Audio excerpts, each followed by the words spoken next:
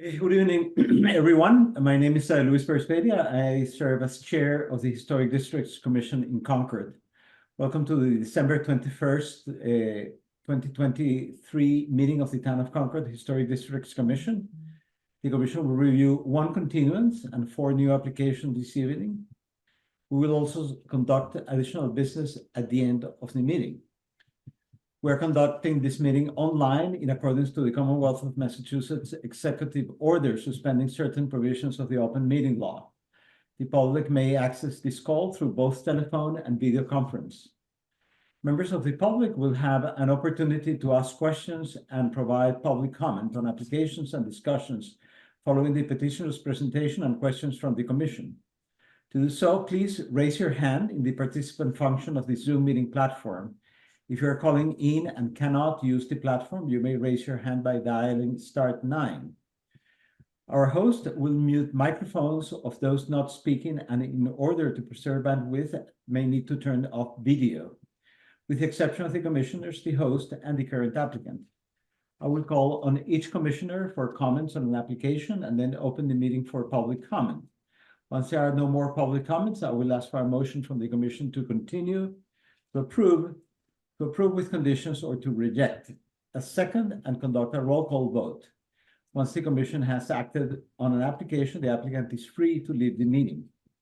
We will do now a roll call of the members of the commission. Is Kate Schartner here? No, she's not. Walter Clay? Present.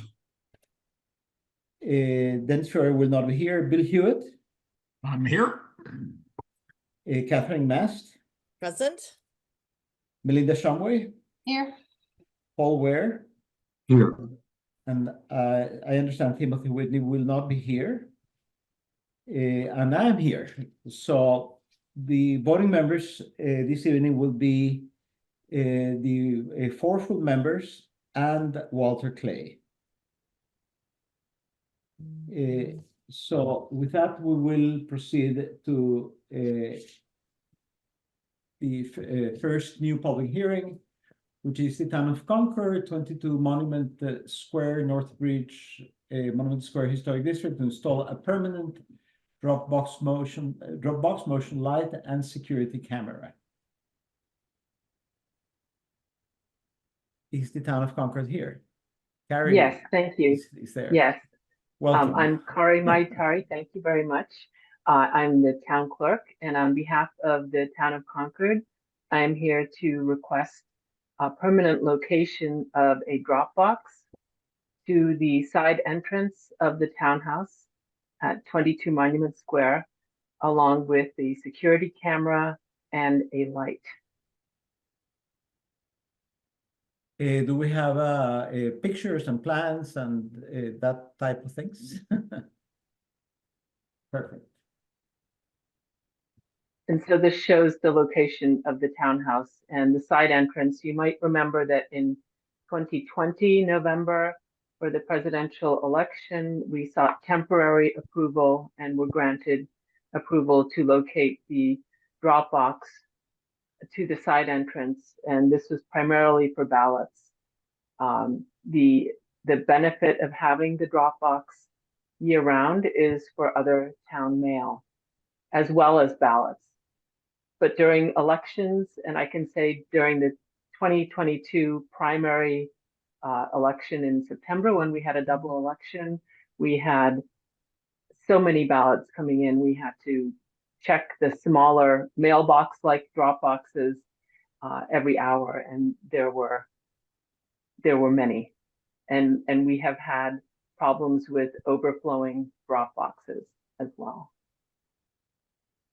Very good. And we have pictures of the proposed Dropbox. And this shows the location of the Dropbox as it stood in 2022. I'm sorry, the Dropbox will be similar to the current one, to the one that you're showing. It is the same. It is the same Dropbox. Okay. It's currently located at the Harvey Wheeler Community Center and is not used.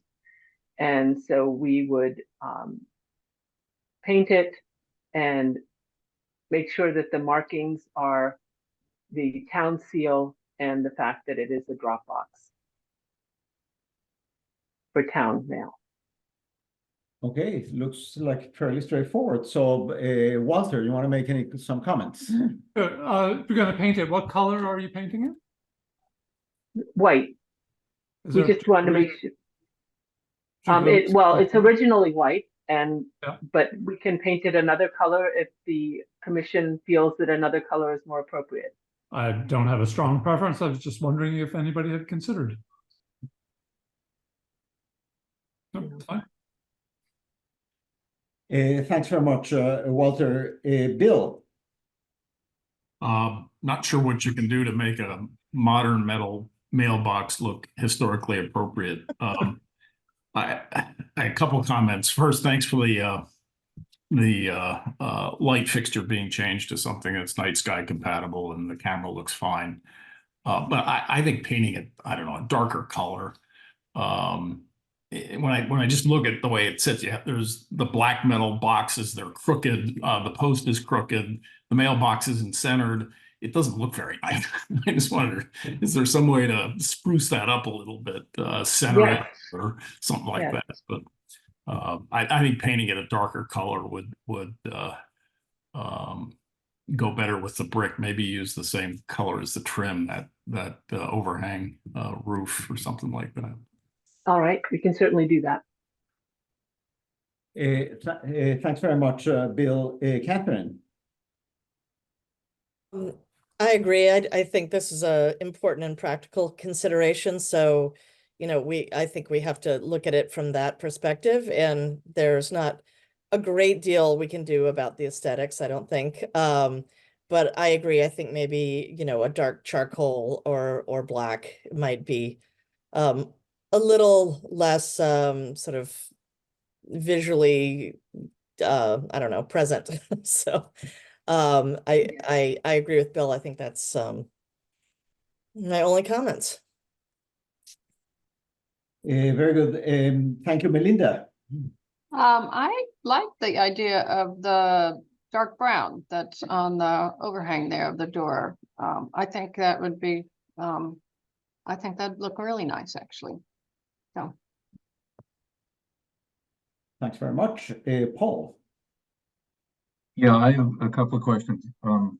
First is from the town's perspective, is there any concern about changing it to a dark color in terms of its visibility and therefore the awareness of people to its being there, or finding it when they're driving by or cruising through it's not an easy parking lot to cruise through, but anyway, if that's a concern, I might disagree with a darker color.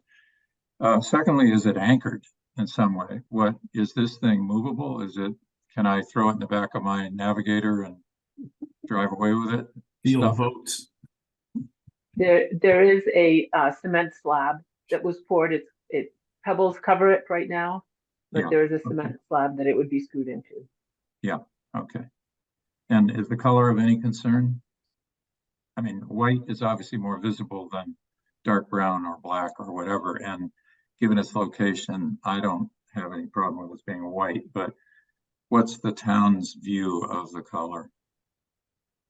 Well, I think the existing black drop boxes that are on the post currently are visible enough to the public, and we'll make sure that we have signs that clearly designate, but people know where to go.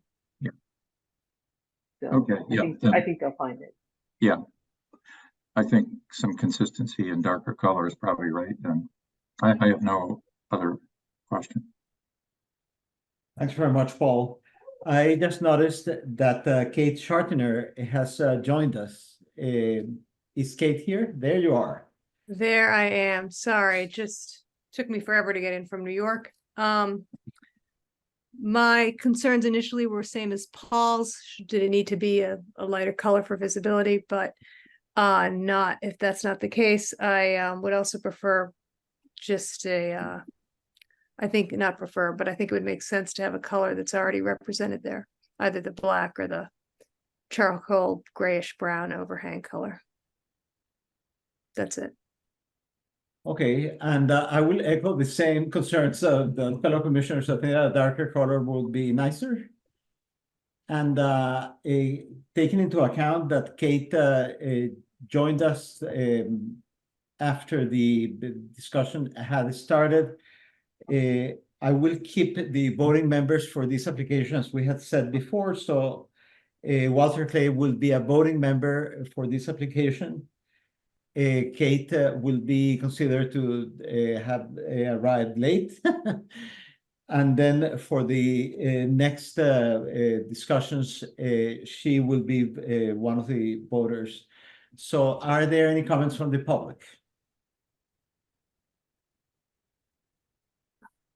Well, in the absence of all public comments, I will ask the commission for a motion to approve with conditions, deny, or continue the application of the town of Concord. I move we approve as submitted with asking the town to consider at least a darker paint color, but up to them. Second? Second. All right, so Paul? Aye. Melinda? Aye. Catherine? Aye. Walter? Aye. And I'm an aye as well, so the application is approved. Thanks very much, and we hope to see a wonderful color for the droppings. Thank you very much. All right, so we'll continue to the next application, which is the Concord Free Public Library, 129 Main Street, the Main Street District, install a temporary anniversary arch. And I will reiterate now that the voting members on this application and the following ones will be Kate Chartiner, Catherine Mast, Melinda Shumway, Paul Ware. Who am I missing? And myself. Yeah, that counts 5. Thanks very much. So do we have somebody from the library here? Yes, you do. This is John Boynton, 72 Chestnut Street, here in my capacity as a trustee of the library. Welcome, Mr. Boynton. Thank you very much. Nice to be here. Nice of all of you to be doing this so few days before the big holiday. Anyhow, I'm just curious in terms of protocol, shall I share my screen or I'm prepared to do that if helpful No, or... You're welcome to share your screen, and whatever makes it easier to make the presentation, that's fine. Okay, so I'll just start by reiterating some of the background that was in the application. This is a big year for the library. It's our 150th anniversary. When the library was dedicated on October 1st, 150 years ago, Ralph Waldo Emerson gave the address to commemorate the event. He spoke on the steps of the townhouse to a large crowd and then led a parade down through Main Street and onto the front lawn of the library, where Mr. Monroe handed over the key to the library to the head of the library committee. So it was a major event for the town back then. And we did a reenactment of it this year on that same day. And yours truly had the opportunity to reenact the presentation that Mr. Emerson gave. If you haven't seen it, I assume you have. This is what the arch looks like. This photograph appears on the cover of a just released book that tells the history of the library going back 150 years. And you will see that it's a very sturdy structure. It's about 13 feet wide by a little over 11 feet high. And it was put up in September with the hope of being able to keep it up through our fiscal year end, i.e. the end of the 150th year, which would be June 30th of 2024. That's what it looks like. And I've got some other renderings if those would be helpful, but I don't need to share those, but would be happy to if you think that would be useful. Should I share a couple others? Well, I think that most of Concord citizens are quite familiar with that arch because it has been up there for a few months now. Right. So I will ask the commissioners for comments. I'll start with Paul.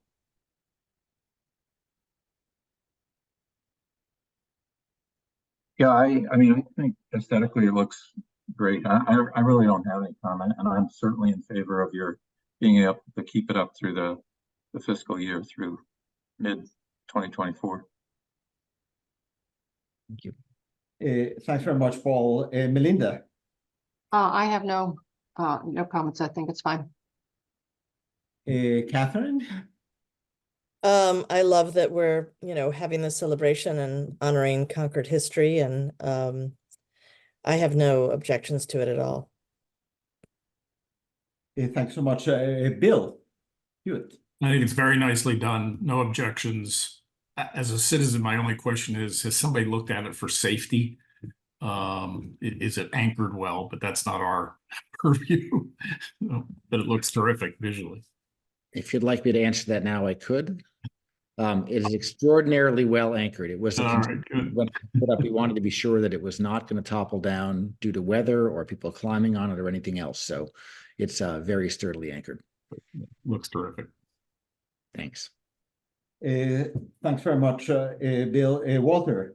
As a temporary structure, I'm delighted to have it. I think visually it's great. I am pleased that the library has applied formally for permission. Thank you, Walter. Kate. Hi, John. I saw you as Emerson in the paper. You did an outstanding job, it looked like. I'm glad that it's going to be up there. Not so glad that this is being permitted after the fact. Thanks very much, Kate. And my comments are that I'm perfectly happy with the structure by itself.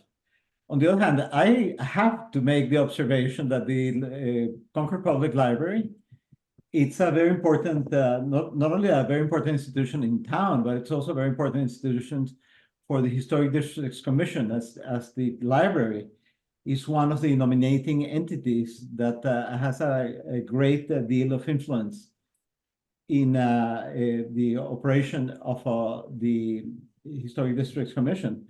And that I'm actually quite surprised that this structure went up without any announcement, consultation, or a request to the Historic Districts Commission, which puts on the spot the proper town relations, because this had been done by somebody who doesn't know or claims that doesn't know. That's one issue. But for the library to just go ahead and put this up implies that there are some misunderstandings. So I have to point that out, and I trust that we will never see anything like that in the future in the part of the Concord Public Library. I fully appreciate those comments, and as much time as we had to plan for this anniversary, this idea for the arch came together very last minute. There was concern leading into September that not enough people knew that the library was celebrating its anniversary, and there was a quick brainstorm session, and next thing we knew, we had this concept of an arch, and bang, Billy Crosby's amazing, and it all kind of came together more quickly than we anticipated. And so I acknowledge the criticism, and I think that this is something we've spoken about at our trustees meetings.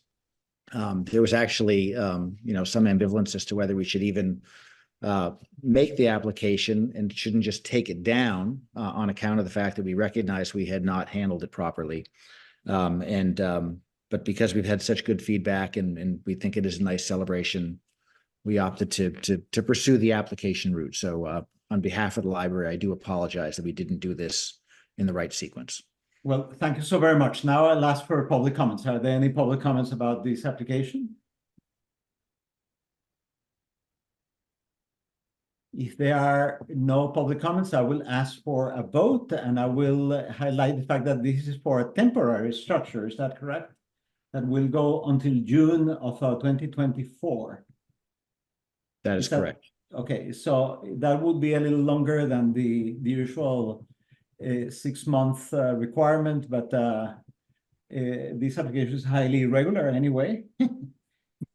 So I believe that we can administratively, because we're not supposed to approve anything for longer than 6 months, and 6 months is gonna, if we approve it right now, it's gonna be probably May 21st. So we'll provide the option to continue it administratively, so it doesn't have to come down before its time. So I'll ask the commission for a motion to approve, deny, approve with conditions, or continue the application of the Concord Public Library.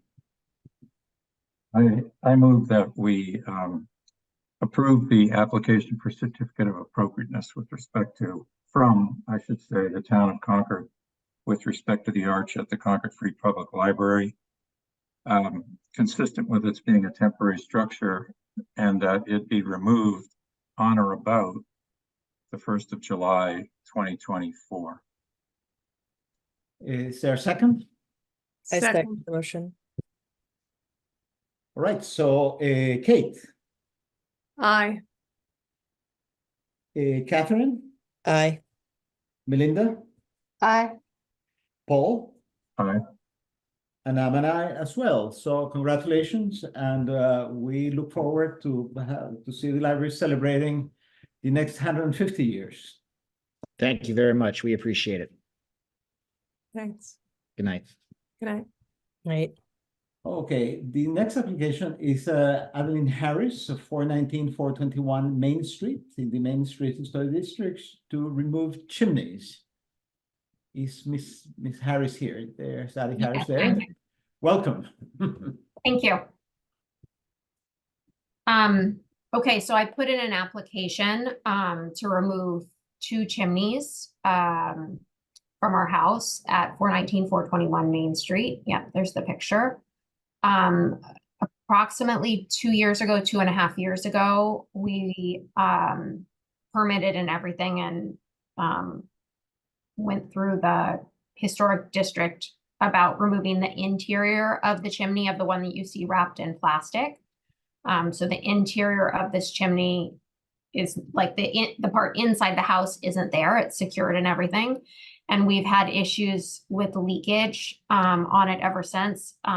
We've replaced the roof of the house, which the roof needed to be replaced anyway. Prior to replacing the house, there were some leaks. We've done tar and flashing, etc. But we've repointed the chimney 3 different times. We've recapped it. We've re-roofed the house around that area. Like the roofer came back in and re-roofed it. We've done additional flashing. We've kind of tried everything, and both the roofer and the mason have just the only thing that ever stops the leak that goes into my daughter's bedroom is wrapping it in plastic like this. So I think it's unfortunate. We would like to keep it, but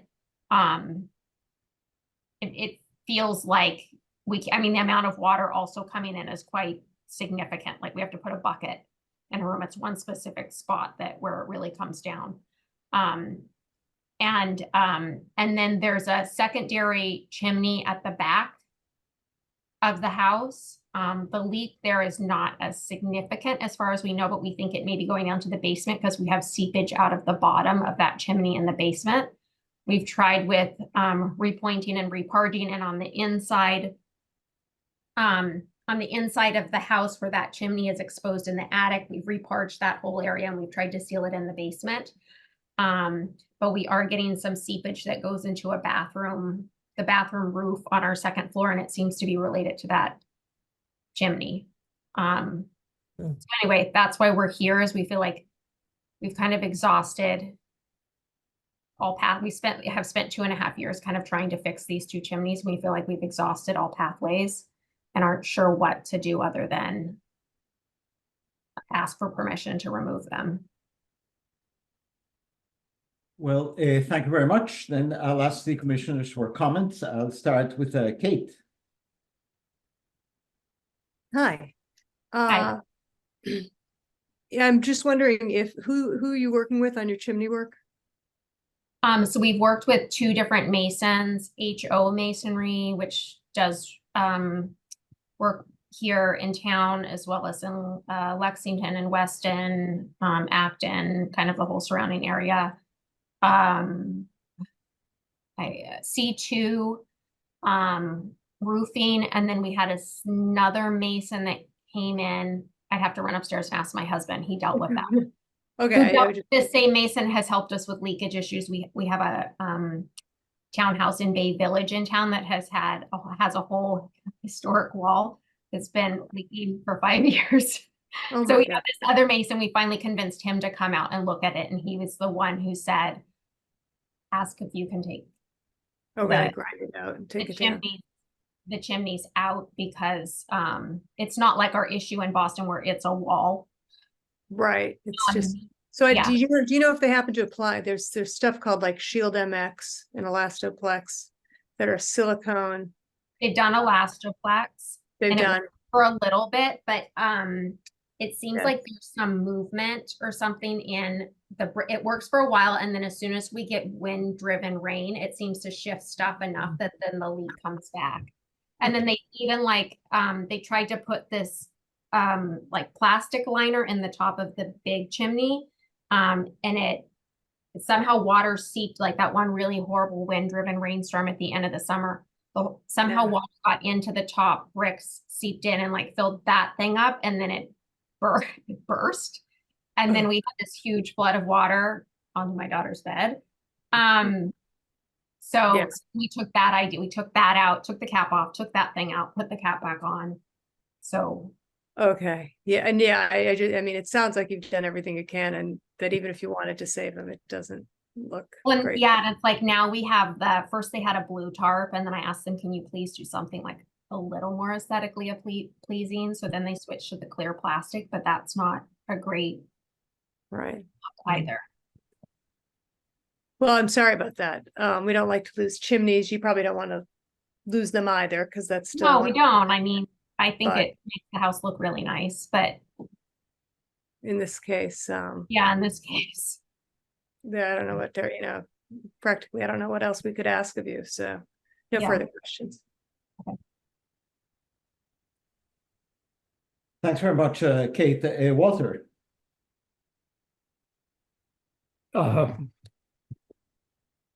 My overall impression of it is that the third chimney, or the one towards the back, certainly has less consequence to take down. I can understand that.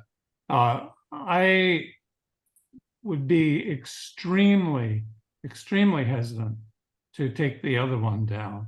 I understand. It sounds like you've gone through a lot of things with it. We all live off the experience that we've had, and I've had experience with chimneys leaking. Every once in a while, I've mentioned that I had been in Newburyport.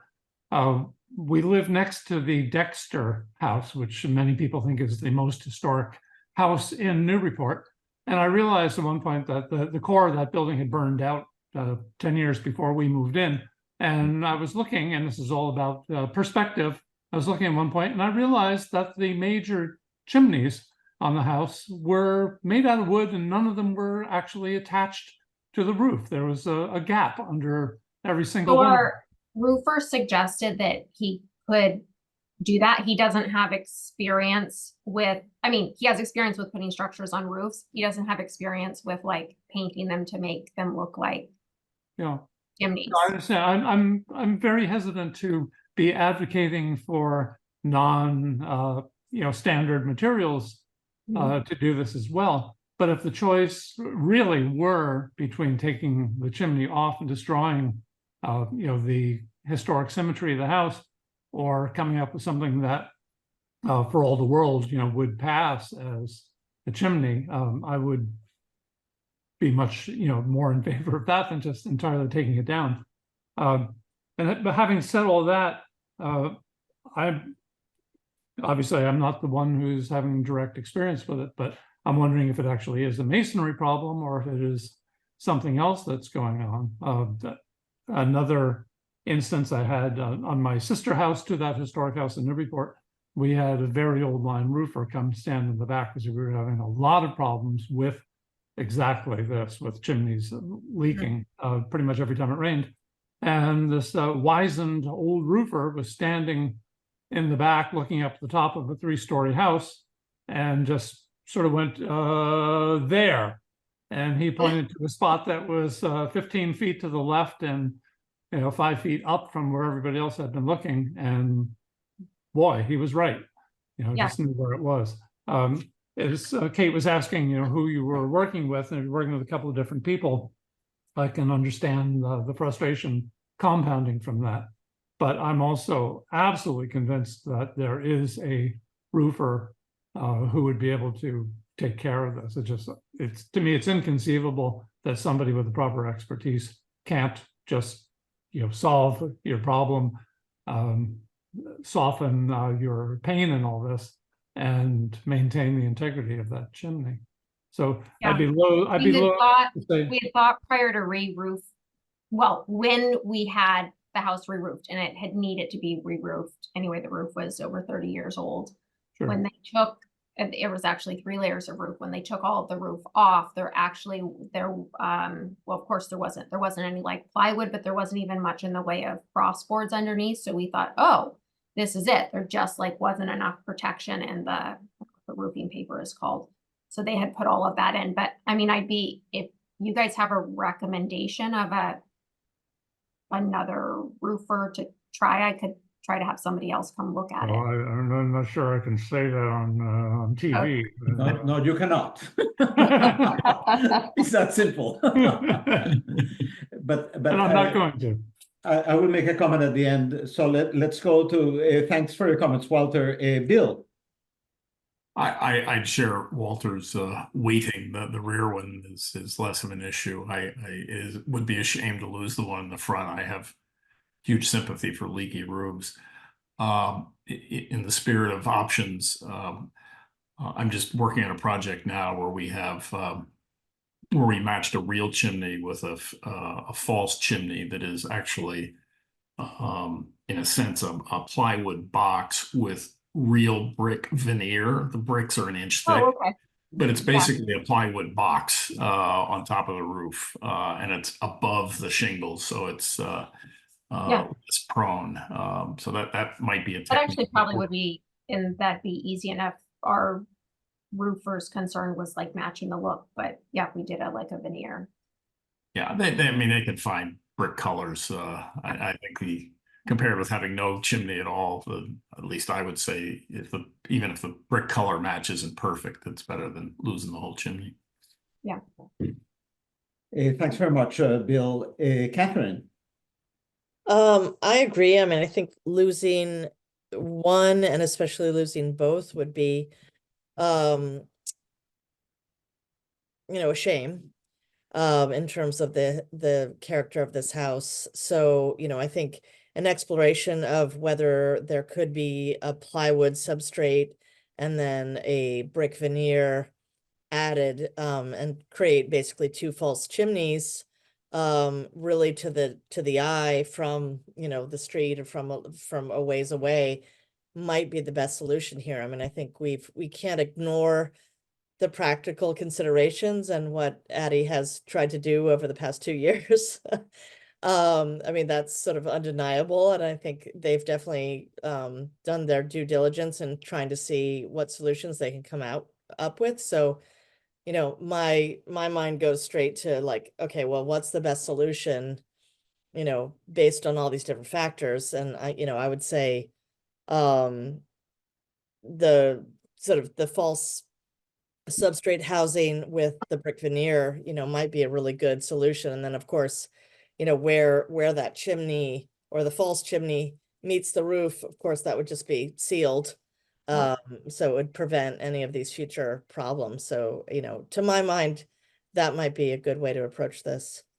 Okay. Thanks very much, Catherine. Melinda. Several years ago, I don't recall if it was your home or one of your neighbors' homes, but we did a site visit and they wanted to take out a chimney in the middle of the house and get some more room. So maybe that wasn't you. That wasn't us. That was a neighbor. They actually Okay. And so, wrote me or came over and knocked on my door and then left a note saying that, yeah. okay. Well, what we observed in our site visit was that 4 out of the 5 homes that were surrounding this house had 2 chimneys. Mhm, It was typical of that time to have two chimneys. mhm. So if you take even one of them down, it's going to make your house look different from the others. And so, and we did not agree that they could take that chimney down. They knew that they could take it out inside the house and then boost up what was left. I don't know if they did that or not, but we said No, they said they didn't because they were afraid of leaks. After Ah. I went over and knocked on the door and talked to them and I took out the inside because we were putting a bedroom on the third floor that we wanted to flow better and we had leaks. And they said, oh, okay, well, we're glad we didn't do that. So we did not approve their taking that down. So there is precedent that, especially in that area when almost every single home has that feature, I do think it would be worth giving it another try so that you could keep the integrity of that section of the street. Okay. Thanks very much, Melinda. Paul? I share the principles that each of my colleagues is articulating, that in the best case, it would be great to save them. I think there are terrific resources. We owned a home at 525 Lexington for almost 30 years and went through the tornado that required the whole roof to be redone in 2017. And so, and it's a red cedar roof. So I've had some experience with wood roofs, and there are people who are very, very good. I can't also give you a recommendation, but I know the owners there would be happy to do that. If you just shoot up the driveway and ask them, because they've done some modifications to that house.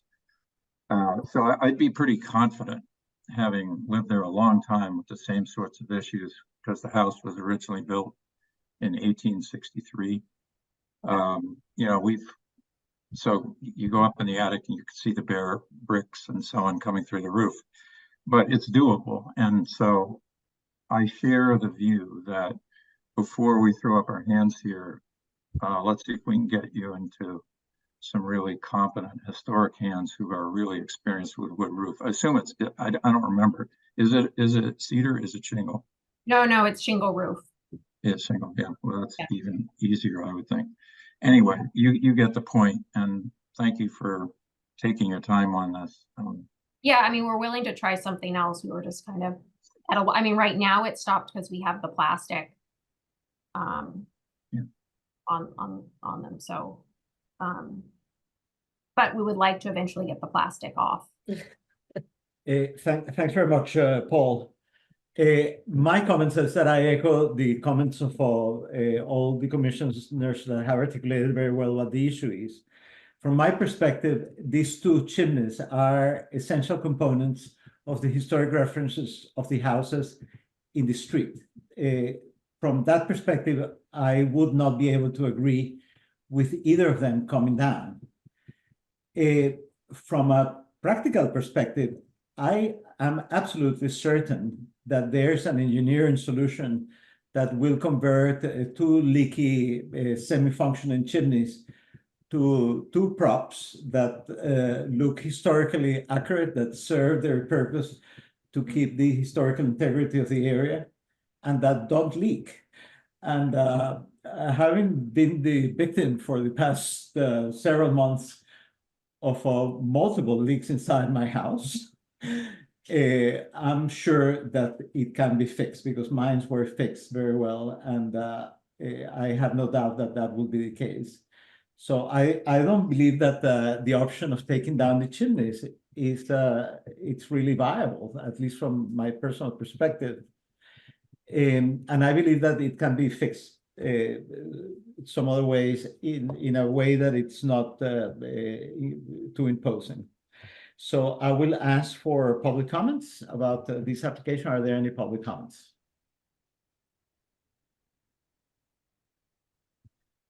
So in the absence of public comments, we have several options here.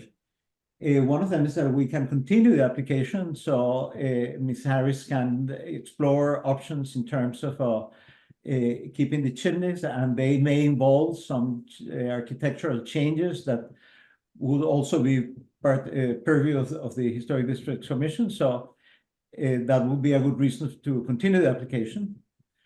On the other hand, if the option of trying to find a solution that does not involve taking down the chimneys, it's not viable for the applicant, then we can take a vote to approve or deny the application. But my inclination would be that we continue the application. So having said that, I will ask the commission for a vote to either approve, deny, approve with conditions, or continue.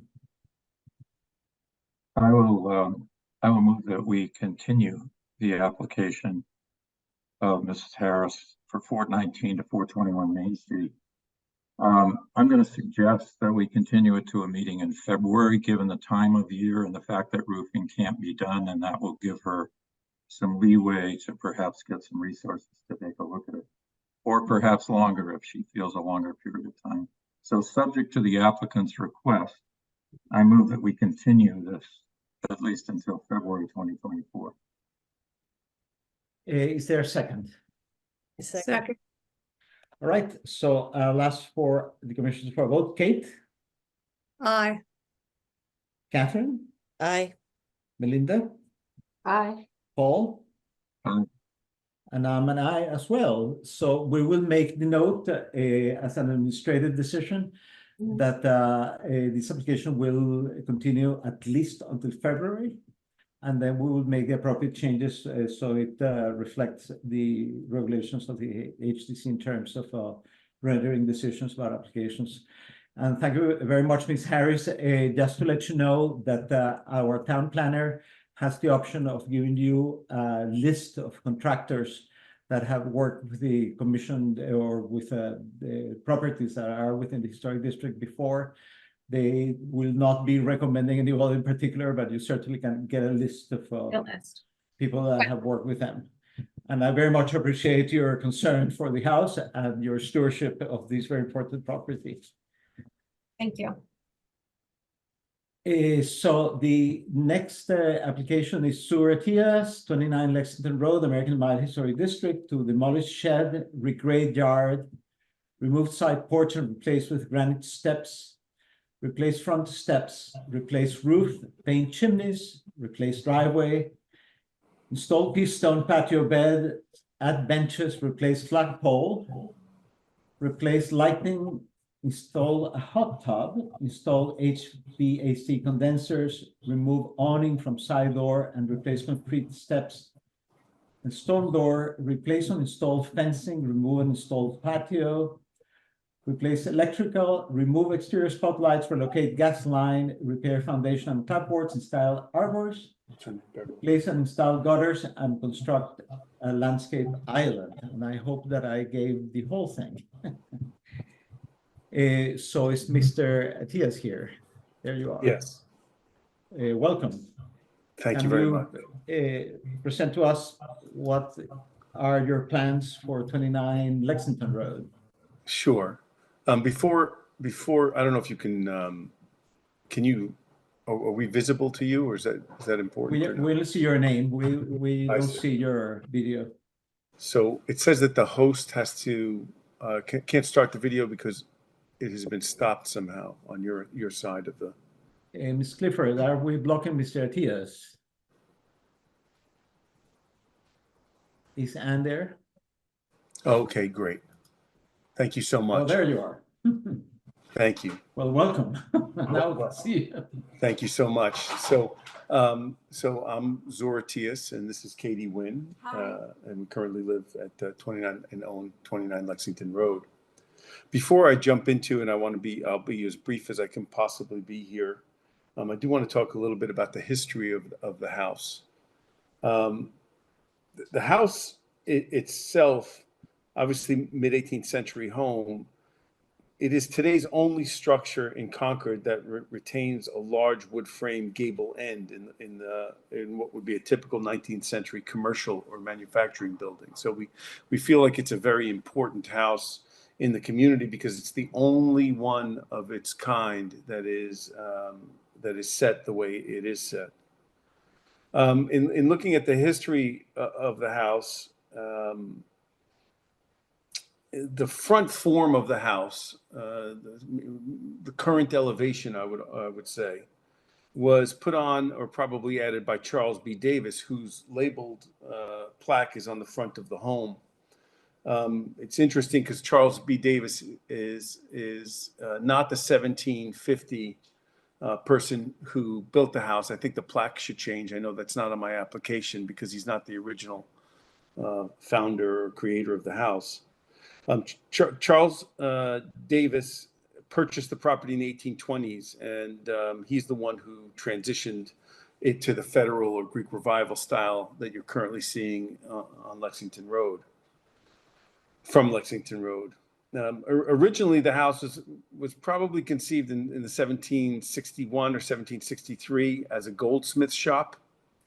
And then sometime in the 1760s, it was built and used as both a goldsmith shop and then sold shortly thereafter as a two-family home, where a goldsmith shop was one side of the house and a residence was on the other side.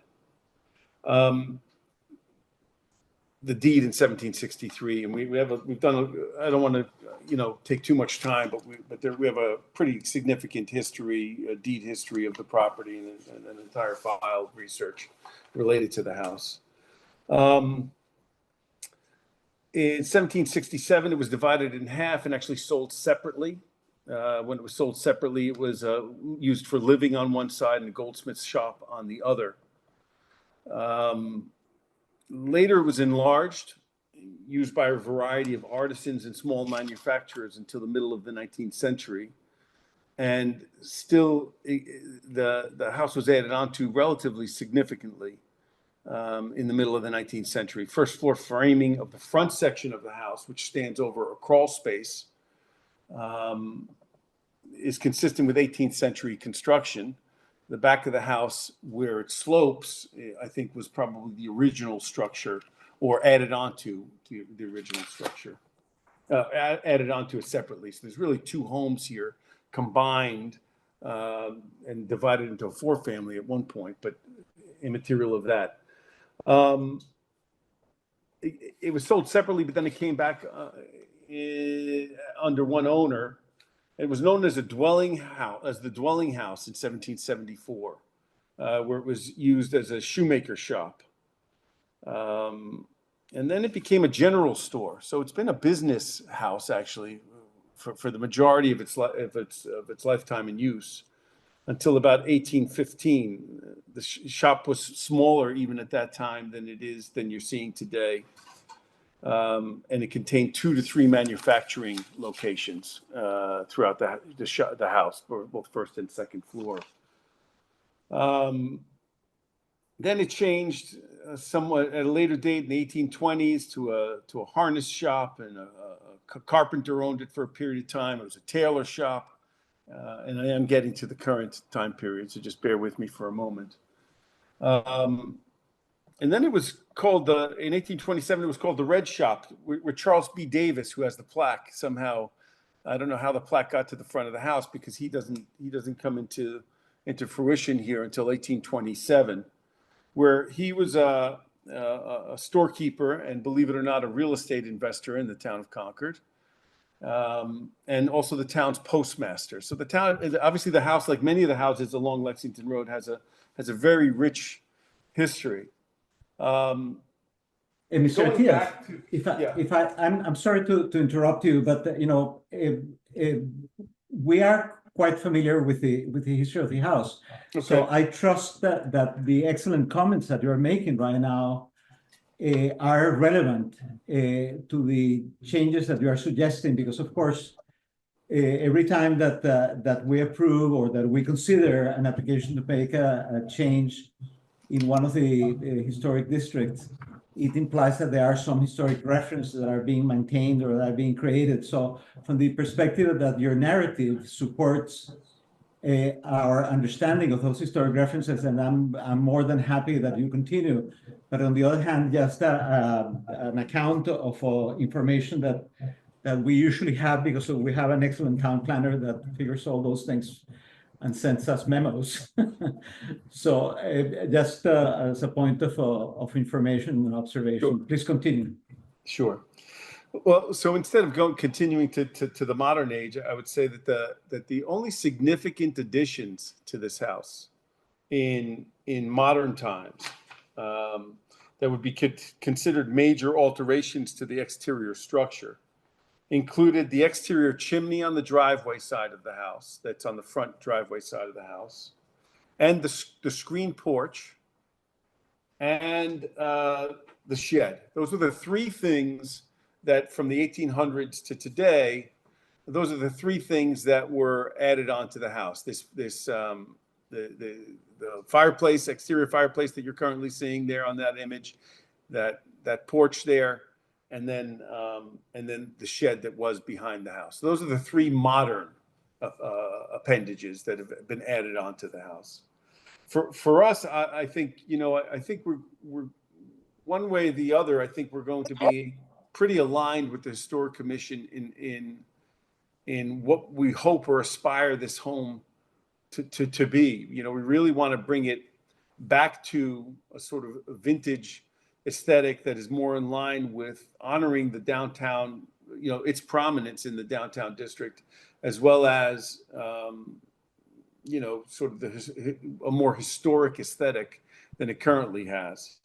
You know, of course, right now it looks absolutely awful. It's kind of embarrassing to have the house in its current condition and form. But I think we'll be more aligned. I think because I think the mission is the correct mission. We want to make the house look more authentic than it has in many years. And where it started, it actually looks far better than it looked when we acquired it. Though it was a terrific house then, and I don't want to beat up the previous owner. They lived in it and enjoyed the house quite a bit. But our aspiration is to make it really have a more historical sensibility overall.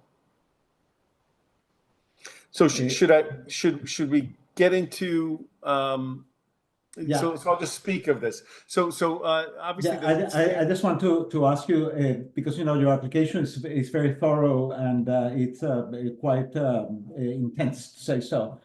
And Okay. I want you to make a special mention of something because I am gonna be looking for historic references that explain the installation of a hot tub. So I'm sure that you have found an architectural solution that makes a hot tub be consistent with the historic references of 29 Lexington Road. Mhm. So I will ask you that when you go through the plans that you highlight those aspects. That seems to be the most interesting ones from an architectural and functional standpoint. So Thanks I'm talking about I think there's a separation between the structure and the attributes of the structure and then use and enjoyment. So I would separate those two things, but I think we did come up with a solution that not only, are we jumping right into the hot tub conversation? No, we're not jumping into anything. I'm just highlighting the fact that we will consider this application holistically, and Yeah. that a hot tub is something that, as an architectural element, is always very particular. So I invite you to give us as much information as possible about how this is going to meld into the historic references of 29 Lexington Road. Are you so you would like to just have you want to focus solely on the hot tub? No. We want you. No. You I'm sorry, I'm not making myself clear. We want you to discuss the whole plan. Yeah. And when it comes to the hot tub, we don't want just to say, and we're going to put a hot tub here, but we want you to explain to us how the hot tub will be able to meld with the other historic references of the house that you carefully numbered, say so. Well, I mean, I think if we're going to jump right to the hot tub, I think the No, we're not jumping to the hot tub. Okay. Why don't you start with Well, you jumped to the hot tub, so I just wanted. No. I just mentioned that when you are going to make the discussion, Okay. Make sure that you give us a good, thorough explanation about the hot top, because hot tops are very interesting aspects of design. So we want to have as much information as possible. That's all. Yeah. Okay. So we'll just start with the removal of the side porch. We'll just start a conversation related to the removal of the side porch. Just to be clear, the current state of the house, I think you should have a clear understanding of the current state of the house. The house, really, we started to research. Our focus was not on the exterior of the home. Our focus was on the interior of the home when we started the work that we started recently.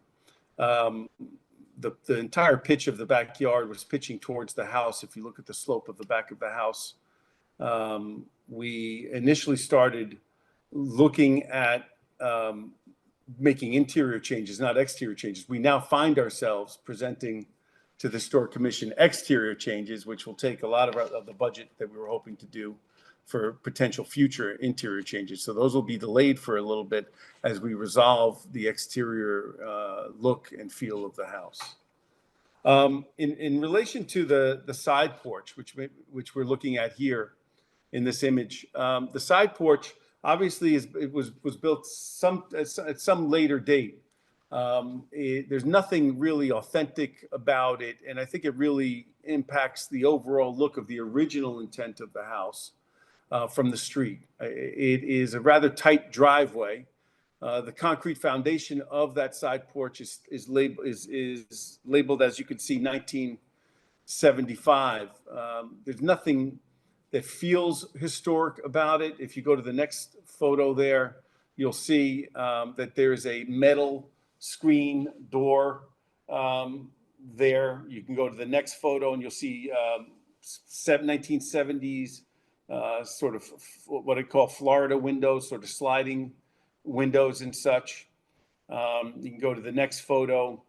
That's from the front elevation. Again, aluminum windows, a concrete base that's got to be 1.5 feet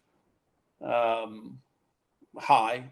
Go to the next photo. Again, you'll see plexiglass windows attached to what is the side porch. But from a use perspective, there's been a lot of complication with the side porch. The house is on an incredibly narrow lot. When you park a vehicle there, you can see how close the vehicle is to the actual porch itself. In snowstorms and such, several of us have fallen as well in that location, and we just feel like it's a terrible addition to what really originally, at least from the 1800s on, was a much simpler looking form than what that side porch contributes to the current house. It shows you how narrow the driveway is in that image. And again, I think removal of it, since it's not part of that, the original, at least from 1820s structure, we'd like to remove it just from both a safety perspective, a parking perspective, and just it's a horrible piece of visual contribution to the house. In the front of the house, we're kind of open to your suggestions. We'd like to, the time period of that those front steps is clearly not in line with the rest of our downtown or historic nomenclature of the downtown area. Clearly we're seeing mostly granite steps. However, there is, we're open to even doing either this type of granite entrance to the house with refurbished or older pieces of granite. We prefer not to use newer pieces of granite for the front entry steps. However, we would also be open to doing more of a sort of natural rock, slab, which we have images of from the back of the house, which will be coming up shortly. The roof is obviously today an asphalt roof. We'd like to replace it with a cedar shingle, again, giving the house a more historic sensibility rather than using asphalt. We did look at using slate. It was not cost, we didn't think it was appropriate to the house. We felt like a wood shingle would be,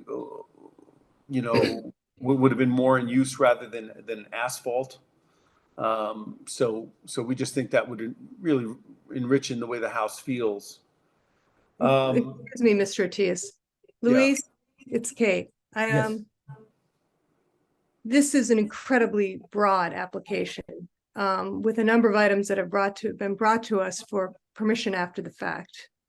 And is it possible to break it up to discuss the things that are already in process? And we can talk about those, and the ones that aren't in process yet, those get separated or even moved to a different application, because this is a lot to take in. Well, I agree with you, and I've been mulling precisely on that subject, but I think that Mr. Atias has a right as a citizen of Concord to present the application for the changes that he wants to make, and that we should not be interfering with his right to make the changes that he wants, even if they are numerous, as it's the case here.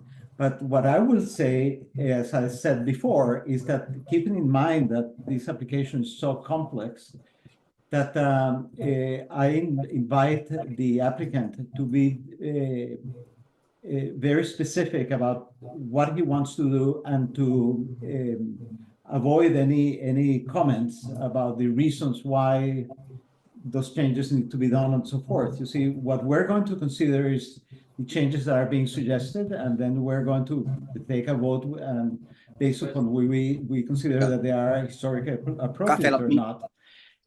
Furthermore, I would say, and I want to make this very clear. I was going to make it later, but there's somebody talking behind. If we can, Fabio, I think that thank you. Okay, what I'm going to say to Mr. Atias is that the Historic Districts Commission doesn't provide any architectural recommendations. So if you want to have what you want to have, that's what you present. And we will not have any input whatsoever, whether we prefer to have stone or concrete or aluminum or whatever. So let's say that let's try to finish the presentation in the next 2 minutes, so we can give the commissioners the opportunity to make comments and proceed with this application. Please go ahead, Mr. Atias. Sure. So I guess we'll just read through it, which is Okay. basically what you're asking me to do. I'd like to do a wood shingle roof to the exterior of the house. That is a gravel driveway. I'd like to do that instead of an asphalt driveway, which currently still exists at the property. That's one example of a garden bench. We have more historic examples of garden benches that we could show, but ideally we'd like to use the front flanking sides of what would be a new granite staircase for some garden benches and potentially some seasonal planters and things like that. I don't know if you want to move beyond that. That is a store-bought flagpole. Some of our other more historic homes in town have a more commercial sort of, I don't want to use the word commercial, but a more fortified flagpole than the current example. I don't know if you want to move beyond that. I'm trying to get through this as quickly as possible. That is a cement slab there that is at the bottom of that door, and that is some sort of bizarre additional appendage on top of it. That's a 70s, looks like to me 70s, maybe 80s aluminum door. I'd like to remove those things and put a granite step there.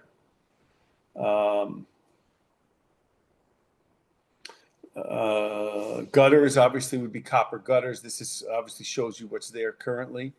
For fencing, we felt like we wanted to do something that was more indicative of the interior finish of the house, something that looked more handmade and less commercial. Personally, I think a lot of what looks of our fences in the downtown district do look a little bit more commercial. We visited some historic homes trying to get inspiration for something that would look like it was hand built. that could have been hand built at the time of the construction of this home. So this was an inspiration for us. I think there are large column fences throughout our downtown district. And so we're hoping to do something like that. That just shows an example of a gate instead of doing a traditional gate. This is what a 4-foot fence could look like, you know, on the side of the house. That would be between us and the Concord Arts Center. In the back, we'd like it to be taller at about 6 feet of height.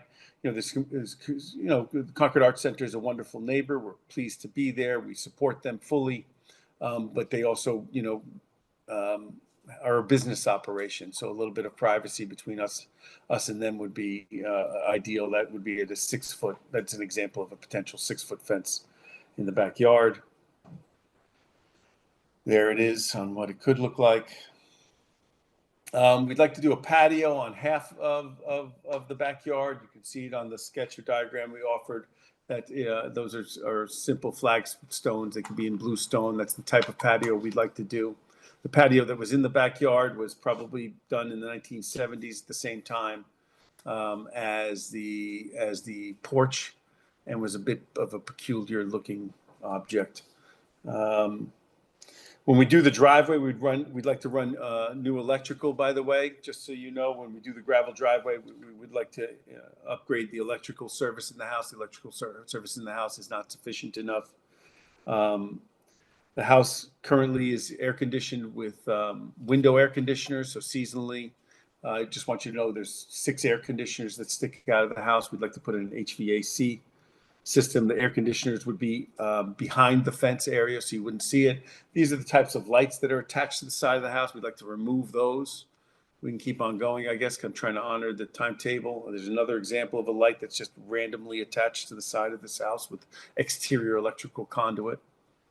That's the gas line in the front of the house. We'd like to move that to a more private location. We think it's a very peculiar place to have a gas line attached to the house. The earth was at that clapboard that you see there. So we actually reduced the grade in the backyard so we could see some of the foundation of the home. That is how high the grade was up to that first clapboard. So there was no foundation visible in the rear part of the property. You can keep going, I guess. That's the type of wood rot that is on the sills in the back of this house. We'd like to address that at some point. That's because the dirt was, you know, about a foot higher than it is currently. We can keep going. More examples of wood rot. More examples of wood rot. More examples. Again, there was about a foot of grade that we had to take off the back of the backyard to try to protect the backyard. That's more electrical that we find to be absolutely bizarre, just randomly attached to the exterior of the house. That is a granite post. Bear with me. That granite post was actually found under we showed an image of the concrete step that was on the side of the house.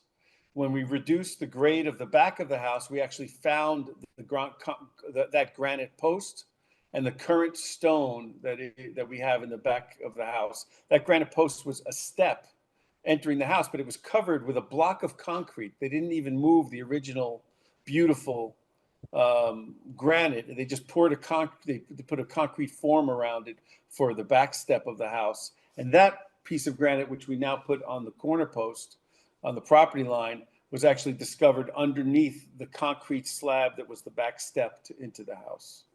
Okay. How much longer do you have in the presentation?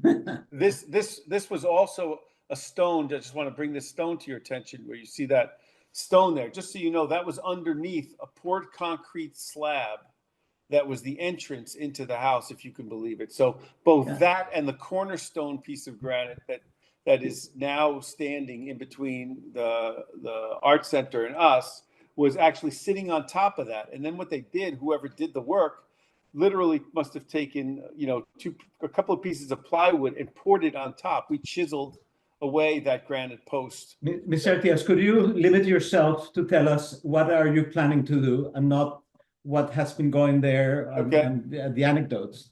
You see, because we have some plans that are supporting your application, and I'm actually quite surprised that these plans are quite simple. And certainly they do not represent the scope of the work that we are planning to do. So the option that you have right now is to try to explain what are you planning to do and what's the what is that what do you think you want to do, but knowing all these details doesn't really help us in any way. Okay. So is that all? Do you want me to walk you through?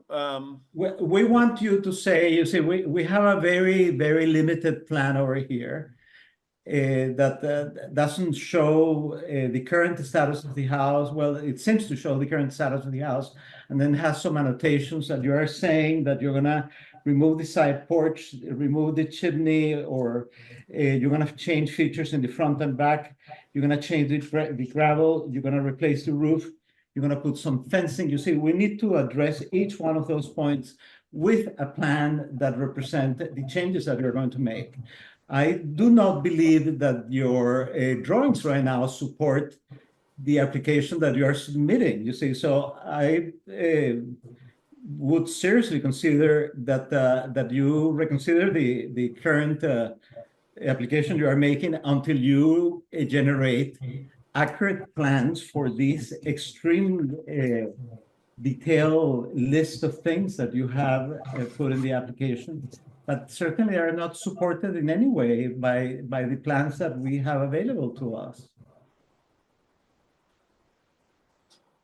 I'm just looking at them, and they are very simplistic. You know, we need something much more detailed than that.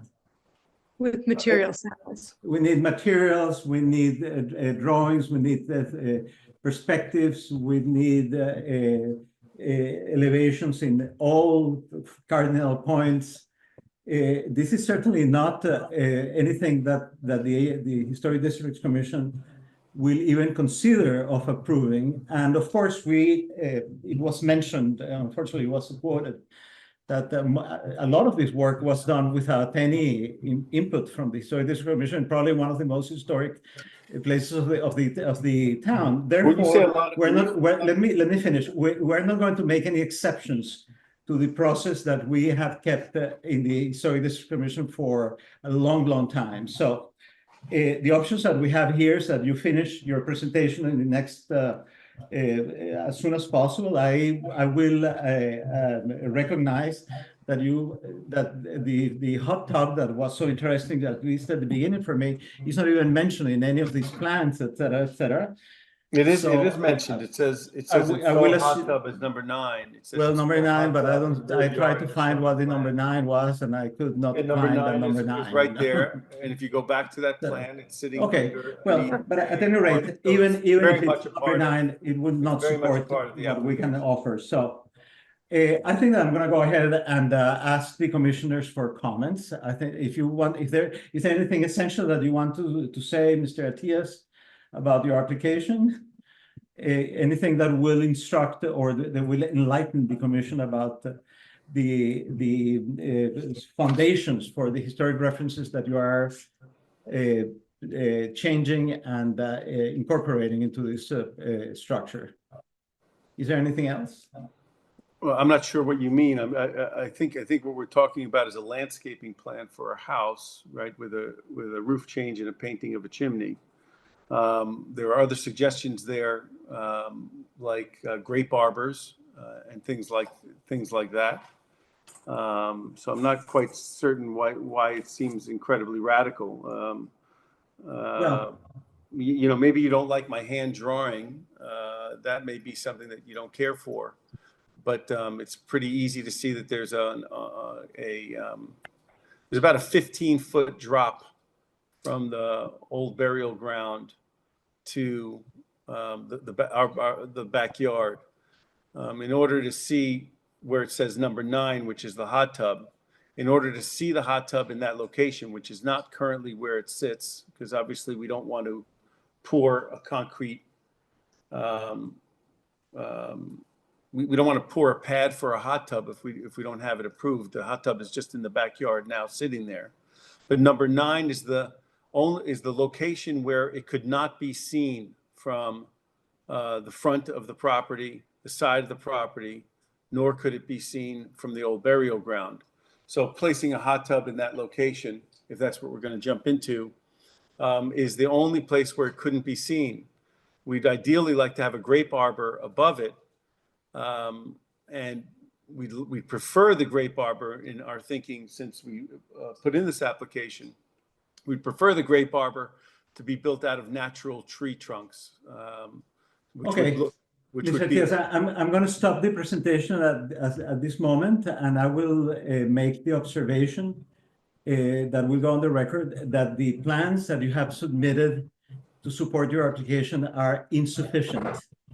And Okay. I will make the formal request that you provide the Historic District Commission with more detailed plans of what you're planning to do, and they have to be specific, and they should consist of architectural plans, they should consist of elevations, and they should consist of a specific changes that you are planning to incorporate on the site. We are not consultants, and we cannot operate on that this could be nice to put this or that, et cetera, et cetera. This is not an open process. You see, we have to see exactly what you are planning to do, and we will render decisions on that. so you'd like me to hire an landscape architect to do? I don't want you to do anything. What I want you to do is to provide the Historic District Commission with accurate documentation of the changes that you want to make. I will inform you that the plans that you have submitted are not the standards of the Historic Districts Commission in Concord.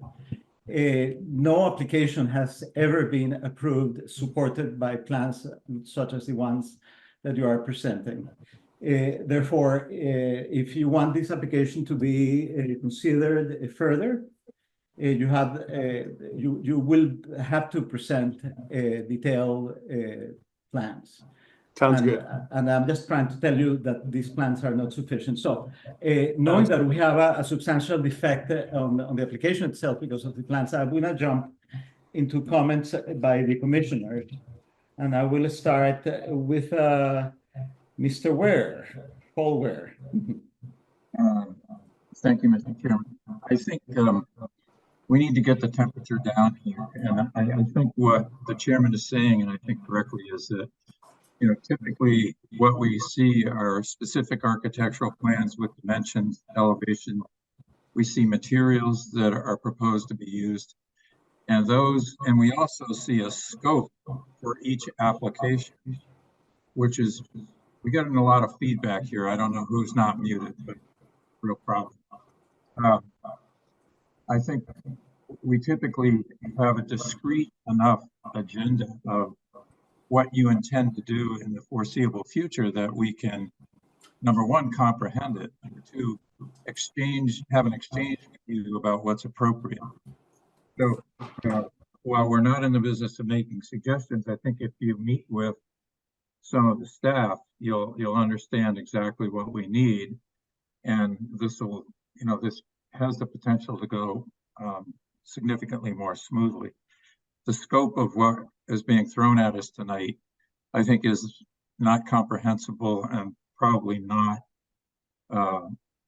possible for us to really deal with. So my suggestion that I'm not allowed to make is that you meet with our staff people and take a look at what's typically submitted and go from there, and break this project into manageable segments for the commission to approve in a sequence which works for your construction. Okay. Thanks very Thank you much, for your Paul. Melinda.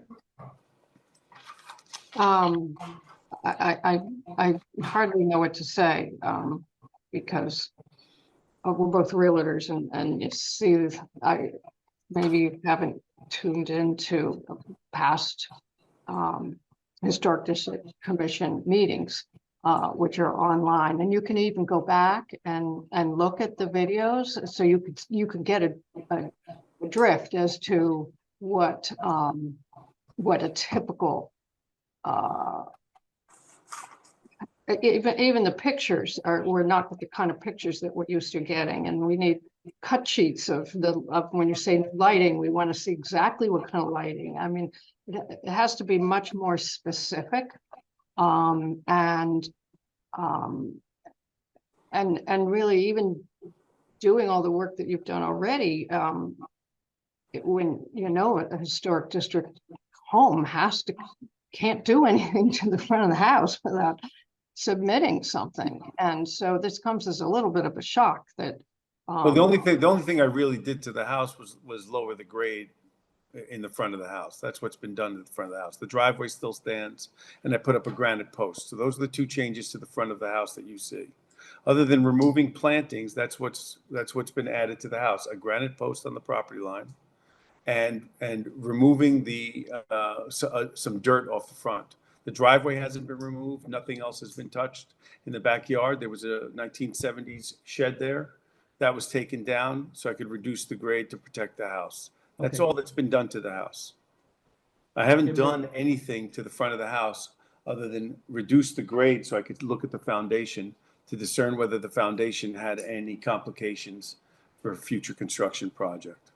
Because the house leans, and I'm trying to look at the foundation to understand it better. Are you finished, Melinda, or you want to add something else? No, I mean, like I said, I would look at some past videos to see what other Yeah. people have done, and I think you'll get a much more and then you can obviously meet with the town people as well, but there's just a lot more work that will be required. Absolutely. Thank you for your. I'm gonna ask Catherine to make comments, but before I do that, I'm gonna ask our town planner to mute all the microphones of everybody, including the applicant, while the commissioners speak, because we don't want to have a dialogue here. We just want to hear the comments of the commissioners, and then we're gonna hear the comments from the public. And then the applicant will have an opportunity to make an additional comment about what the commissioners and the public has said. So Catherine Mast. I think it's obvious to all of us, we need to try to approach this logically and maybe slow down the conversation a little bit. And again, to Paul's point, take a little bit of the emotion out of this. So I wrote down Zer's sort of commentary and list of the proposed changes. And so I'm just going to go through that. So my understanding is, in terms of proposed changes and what he's looking to do, there's looking to upgrade the condition and the quality of the surfacing of the driveway to gravel. There's going to be, the proposal is new electrical to remove the not very attractive mounted on the side of the house exterior lights and improve the lighting there. I think we just need to see what the proposed lighting fixtures would be for that removal and change. Removing the condensers to a better, my understanding is a less visible from the public way location for those condensers.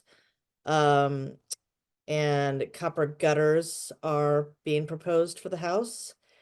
The removal of the gas line from the current perimeter of the property to, again, a more, it sounds like more discreet location.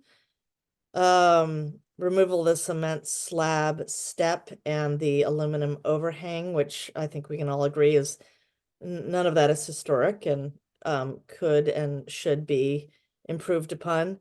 Granite steps where we have concrete.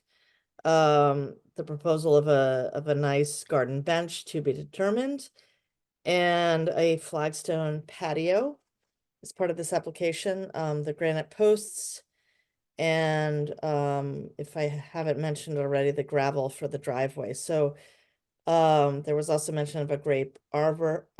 I think in deference to previous comments by my fellow commissioners, it's really more a question of, I think, this is a meaty, if I may say, application with a lot of information. I think we just need to all feel like we have a better understanding of what's being proposed. I mean, I think a lot of these considerations are perfectly reasonable and would certainly make for an improved property.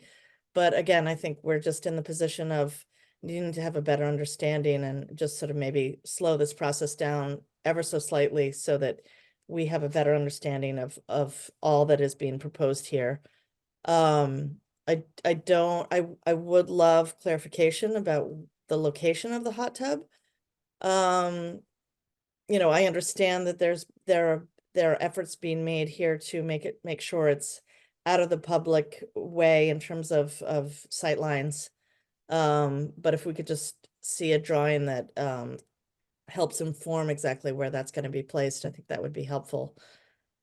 So, you know, I don't feel now that we have enough information to make an informed and concise decision about approval versus disapproval. I mean, I think there's just more information that needs to be shared. So that is my view.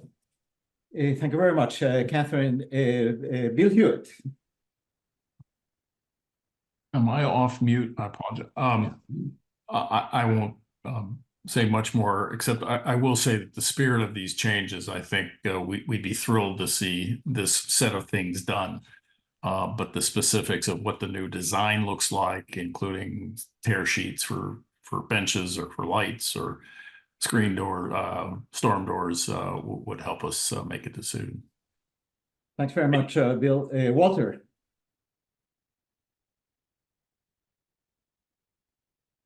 Is Walter muted? You're muted, Walter. Oh, well, Walter, you are muted. Okay. There we are. I would say that the number of notes that I have on this from reading the application and following some of this through time, and then further annotations from this evening are probably of a greater volume than the application, if you can understand that.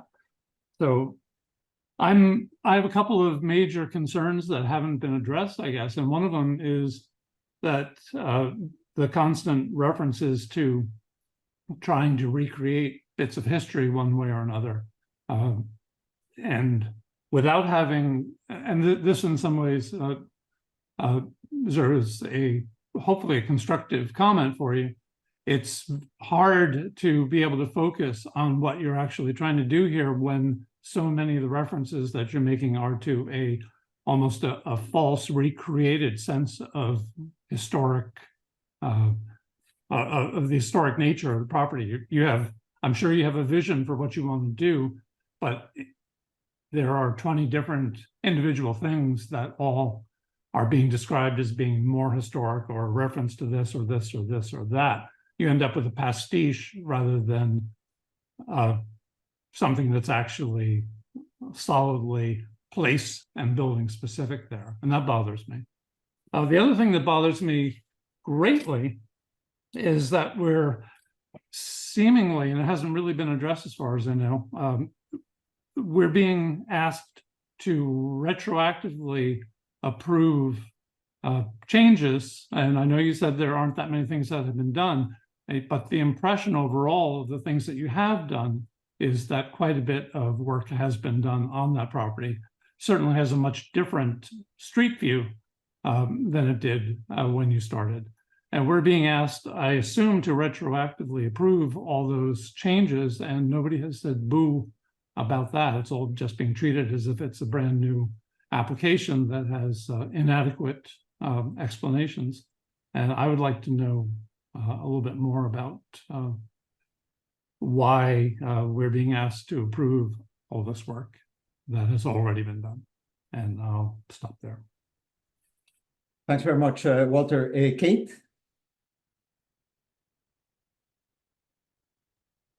I echo Walter's comments, both with regards to picking and choosing to recreate history on your own, and also moving ahead with doing a number of these hardscaping changes already, and looking for permission after the fact. So one of the best things you can do for your historic house is respect the historic district and know that all the people around you have had to go through all these steps. And in accordance with our special act for the historic districts, it's been around since 1960.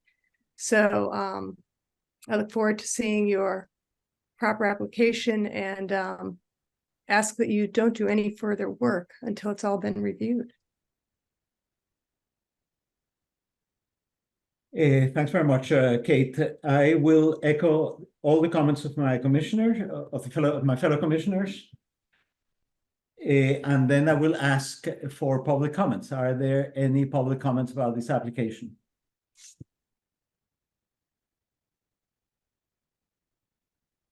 Okay, I'll ask Mr. Atias if he wants to make any additional comment. Yeah, can I And make a will ask him comment? that is Mr. Turner is. Yes, sir. Yeah, how are you? Thanks. And are Ms. Clifford, are we? Is this are we following the order and the protocol? Is there anybody else that wants to partake?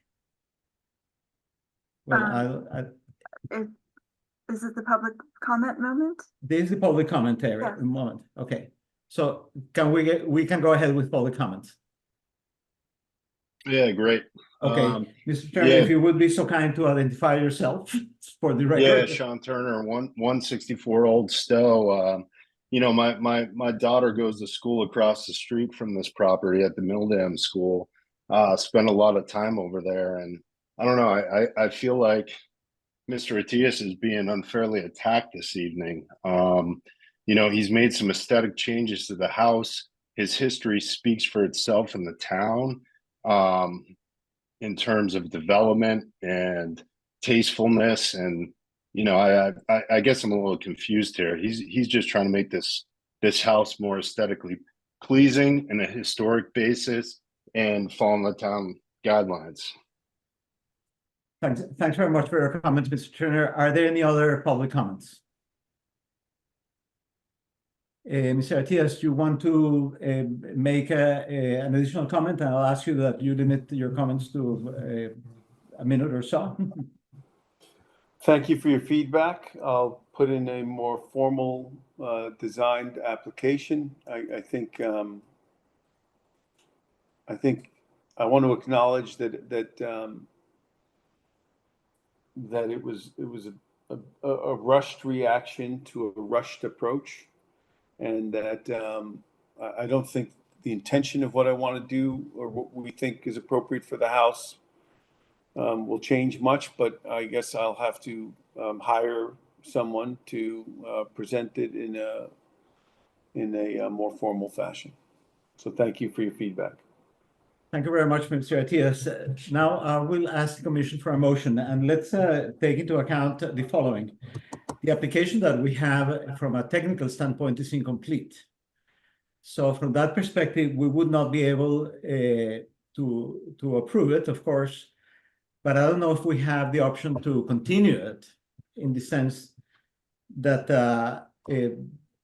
there's the material that we're missing is so substantial that a continuation would require, it would have to be supported by more information of what we have. Why don't I just resubmit a more formal application and we don't. Well, one of the options that unfortunately the application right now has come to us, and then we have to render a determination. You see, and the options that we have is that we approve the application, we approve it with conditions, we continue it, or we deny it. So this is a setting where, with the information that we have, we would not be able to approve it. We cannot continue it. So we cannot approve it with conditions either. So we may have to deny it. Denying an application doesn't involve anything. You see, denying an application means that you certainly have the option of submitting a complete application as you have rightly described. So after I have mentioned that to the members of the commission, I will ask the members of the commission for a motion, and the options are again to approve with conditions, continue, or deny. I think Ms. Clifford wants to make a comment before we take a motion, if I may. There's one other option. The applicant can withdraw the application without prejudice. Well, that's an option, but that I wasn't certain that was a possibility. So is that something that we have to do before we ask for a motion for a vote? Maybe I defer to Paul. Yeah. Paul, you were. Yeah, I mean, I think if by definition, if the applicant wishes to withdraw it without prejudice and resubmit with more detail pursuant to the discussion, I think that's appropriate in advance of the chair's asking for a vote. I certainly believe that's the case. So, Ms. Clifford, you want to go ahead? I mean, Wait for Anne, because she was going to mention something. Oh, no, so I was going to just lower my hand. So, right, is that the wish of the applicant to? Okay. Would you like a vote, or would you prefer to withdraw without prejudice? I would rather withdraw it without prejudice and then put together a more formal package for the Historic Commission to take under consideration. Okay, then we accept the withdrawal without prejudice.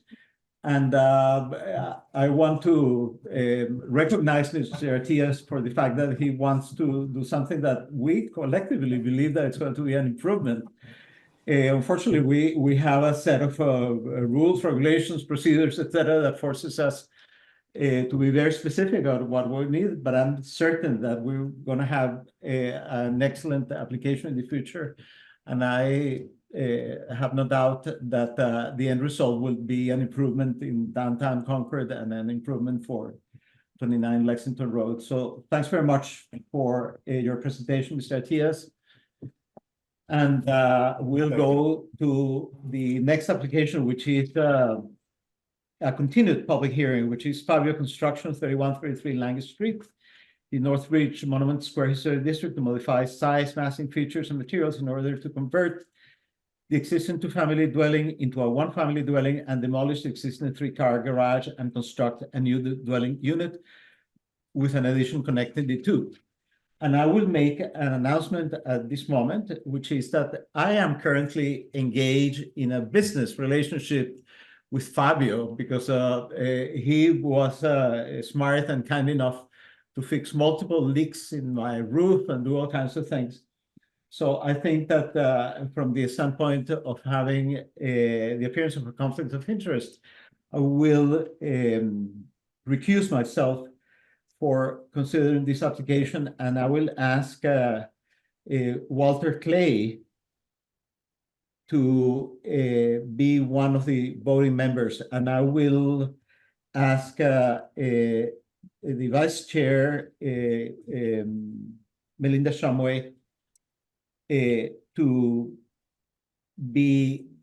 chair the meeting while this application is presented.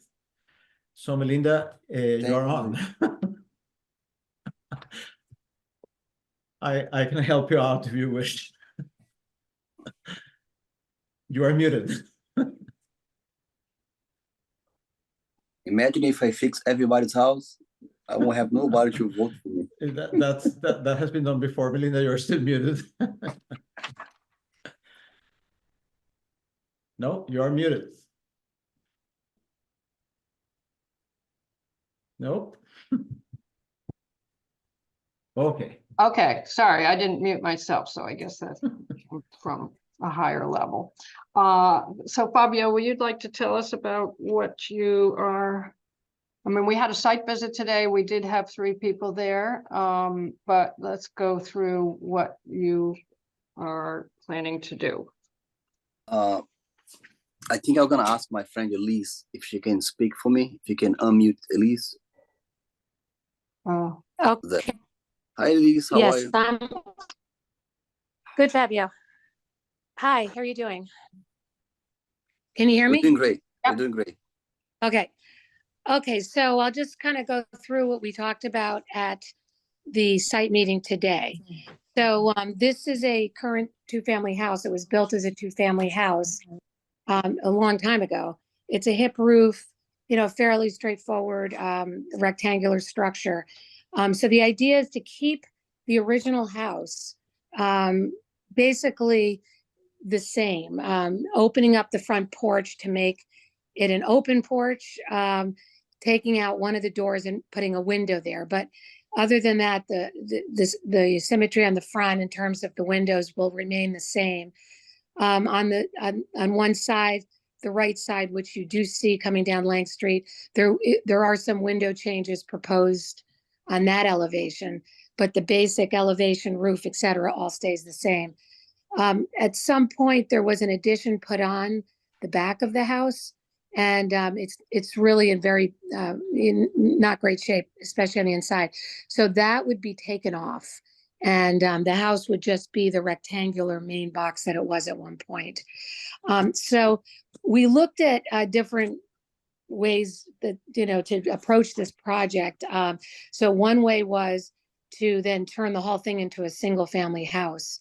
You know, putting an addition on the back, adding a 2-car garage, and going in that direction. But, you know, we felt that the street being, you know, so close to town, walkability, to try to keep it to 2-family would be better for the town, because in essence, rather than building a, you know, 3,600 square foot house plus or minus, with a 2-car garage, we would be doing 2 units. The front unit would be 2,600 square feet, and the back unit would be just under 2,000. So, you know, very modest homes, you know, in terms of, you know, the area. So once you're basically removing the 2-family from the main house and building it somewhere else in the property, it still has to remain attached to the main house. That's just a zoning thing. And the structure, any of it, has to conform to the setbacks of the house, which are 15 feet on either side, 30 feet from the rear, and 20 feet from the front. Now, if you have a detached structure, which is on this property, it can get much closer to the setback, you know, by zoning right. You can get as close as 5 feet to a side or rear setback. So that's why that other structure is so far back. And the idea here is that we take that down, which is a fairly, you know, substantial structure in itself, but it's a single story. And then it will move closer to the house, and then it will be 2 stories. But, you know, I would maintain that in terms of the massing, we're taking off quite a bit of massing in the back of the house, and maybe the photograph would be better to see it. I don't know, Fabio, if you have any photographs. I just think if you see the back, we're taking that 2-story, part of it's 2-story, part of it's 1-story. Yeah, the back of the house. Oh yeah, there it is right there. So that's all coming off. And so the garage is single story, but now it's going to be 2. So, you know, I know it's semantics, but the bottom line is square footage wise, it's kind of a similar thing. We're taking square footage from the house, putting it, you know, in the little house in the back. So, and we're connecting it with a narrow, you know, we're going to use it for storage because neither of these units has a garage. So there will be storage that they could keep garbage cans, recycling, et cetera, in. Between the 2 houses, there will be room for the front house to have a patio, little deck patio, and then parking for 1 car. And then the other house starts. The rest of the parking will be kind of where it is now in the back of the property. And, you know, there was a lot of discussion today in terms of the cars. I'm not sure exactly, but I'm pretty sure, you know, two parking spaces have to be provided for each unit. But, you know, I mean, they could be corrected. But so there would be 4 cars, which is basically what is there now. It's a 2-family each with parking for 2 cars because the parking goes quite far back.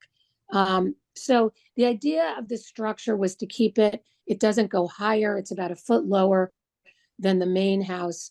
And just to keep the architecture simple, to not take away from the main original house of this, you know, the historic nature. And I know today, you know, the main thing is what you see from the public way. You can see it. You will be able to see it a little bit from Monument Street. And I think those who were there today walked over to see it. And you do see it obviously from Lang Street, but you don't see it that much because it's going to be tucked to the left. And you do see a structure there now. You know, that's the garage, that's detached garage back there. It will be, you know, there'll be a lot more space between the neighbors in the back and the structure because we're pulling the new place, the new little ones closer. So, you know, the roof pitches, the windows, it'll all match. We're trying not to stand out. So it'll be kind of simple. And the addition that was done on the two-family to the left of this house really blocks it significantly from that corner. So you would have a hard time seeing it as you're coming around Monument Street onto Lang Street in that direction. Anyway, so that's kind of the presentation. If you know, please ask any questions about. I think Fabio does have a site plan that kind of shows the different parking. Yes, the only plan that's I really want to for us to be focused on. The drawing that we're using is a Elise drawing. Is the hand drawing, and for my coloring picture, the only one I want for us to look into it is the one you can see from the top. Is the side view with the two cars parking there, one black and one white. Every other pictures, just don't look at that, so you guys are gonna get confused. Yeah, just that one.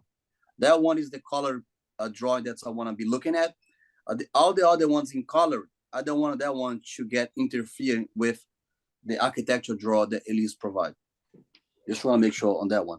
And besides all the Elise comments, and everybody was on the meeting today, probably like everybody can say something about it. I don't think I need to explain more than already being explained. I would love to, but I just don't want to take the time. I have better people there can do better work than me. I'm good to take leaks out of the roofing. That's all. Okay, so I'd like to start with comments from people who were actually at the site visit this morning. Good idea. Walter, would you like to start? Not necessarily, but I will. The most recent thought I just had looking at this is we still don't have elevations on the drawing. I know, Fabio, you're talking about, you know, the drawing that's colored and the architectural drawing here and there, and it's not going to be that much different than the house. To my eye, it's still an incomplete application. We just went through a rather extensive discussion about that on another project, and I still don't have that information here, despite the fact that it was asked for before this was continued, as I remember. If you Anne can scroll down all the drawings that we have attached to the application, you're gonna see clearly we have elevation for the house. That's the top view. The only one we are looking at from different than Elise. That's the floor plan for the house. Right. That's existing elevation. You know, how tall is it? I'm just saying, you know, it's one of the things that we've done in the past is put posts up. I was there this morning. Yes, you had orange paint on the ground for the floor plan for the outline. It does have the elevation that just scrolled. We do have the height of both the right and the left side. So the existing, and then if you have that painting, I mean, I did do. Yeah, this is just, you know, crossing T's and dotting I's. Yeah, yeah. I mean, so it's on the far side. I see you have 24. Left and the right. Yeah. is, Okay. you know, Okay. then, yeah, so we felt like, it's very close to the existing, so with the existing was there. It's sometimes difficult on posts to get them so high. Sure. No, I I understand. Shimmy up the tree and orange. Yeah, thank you, Liz. Yeah. Yeah. Yeah, the other comment I have in terms of the application is that the colored overhead view of the parking there. I can paint the driveway any color. Well, that's not my concern. My concern is it was this morning, since I'm being asked as somebody who was there, was what is the impact and what are the views from other places? This drawing that is up right now, for example, you know, I understand it's an irregularly shaped lot. This gives the impression that the bottom part of this is part of the property, but that's not the case, correct? It's the parking area on the right there is triangular. Like we have a discussion today, we can put like one line in there. Whoever purchased the house can do how many cars they want over there. That's Like, not if it's me, that's it's not my gonna be- concern. I'm just No? saying, yeah, if you look at this, there's the picture of the lot. If you Yeah. go to the other one that we were just looking at,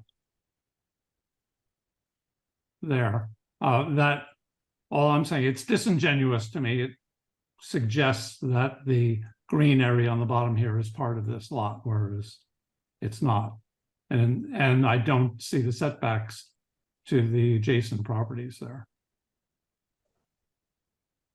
I understand, as I understood this morning, that the concern is not the view from the neighbor's house, it's the view from the street and the public way. I think if but Anne can pull it out, Google GIS picture, you can see the overall neighborhood and the houses as looks yeah, like now. I've been there. I've looked at it. And say Oh with a yeah, smile, yeah. You know, so I remember that. I do understand that. I'm just looking at the application. Okay. And what the application. If I'm coming back to this application 10 years from now, what is it telling me? And it's not telling me everything that I would want to know. But that's all. Thank you, Walter. Did Bill Hewitt leave the meeting? No, I'm here. Oh, there you are. I couldn't see your face on my screen. Would you like to talk about what you saw this morning as well? Sure. I think the design goal of maintaining density is to be applauded. I think that the design challenge I have is what's the historic reference for the connection of those two houses? I mean, it strikes it's being done to meet a zoning requirement, and it doesn't seem to have any connection because I'm not sure there is one to the historic precedent in that neighborhood. And if I look at the view from Monument Street, I think it's page 5 of that package. It's kind of an unrelieved wood wall as seen from Monument Street sidewalk. And I'm wondering if there isn't some way through extensive screening with trees or some other structural feature that would relieve that long wooden expanse that you can see from Monument Street. I mean, that is something that we could definitely look into. You know, if we felt like the storage was useful, but we could definitely make it a more interesting connection. There is no historic necessarily precedent for this kind of thing. You know, it is a newer, and it is because it's required from zoning, obviously. You know, Fabio's going to screen it heavily, obviously, but it's, yeah, I mean, we could look at making that definitely more interesting, or even partially open. You know, the building department wasn't willing to say, like, leave it open, to be honest with you, you know, just to leave it more as a pergola or something a little more interesting that way.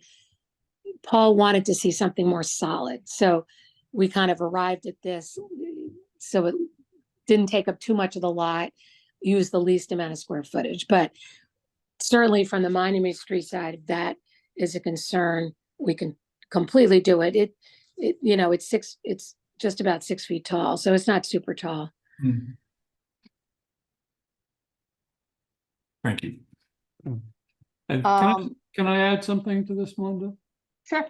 Yeah, which was, there was a mention about historic precedent for this. There's also, as far as I can see, no historic precedent for there being 2 houses on a lot that size in that historic district neighborhood. And the way it seems to me that having 2 families in a property was dealt with was by making that original house a 2-family house. And that's the way that's done if we're going to be honoring the historic nature of the district and the historic nature of the neighborhood. I guess, but you just have to look next door where a very large, second house was attached to a historic church. I think what we were trying to do here is leave, so the structure still was its own structure. It did not, any addition didn't impede what was originally there. So I would maintain there is a 2-family structure, very large to the left of it, that was on a very, to me, a more historic building than this one, that church. So. But how is it connected? It's completely attached. It envelops it. Oh, yeah, So, exactly. I Right. would say, That's kind of my point. well, because I guess I look at it like, could we attach it to the house? Sure. But we were trying to leave the house not be massive, not be a bulk unto itself like the one next door. That was our goal. Okay. So, I mean, we could keep it a 2-family and make it larger by just pushing it out back. But that, to me, it was more important to leave the original structure. Like, to me, it's a feeling of less massing than trying to make this a larger single family, which is where this might go, or but still maintain the 2-family, but try to keep the less dense in itself. I understand. Do you understand? Yes, I do understand. I also understand this is probably not purview for the HDC to be talking about the benefits of 2-family versus 1-family on that lot. Well, I wish it were, but I'm going to. I like 4-family, but I'll be happy with 2-family.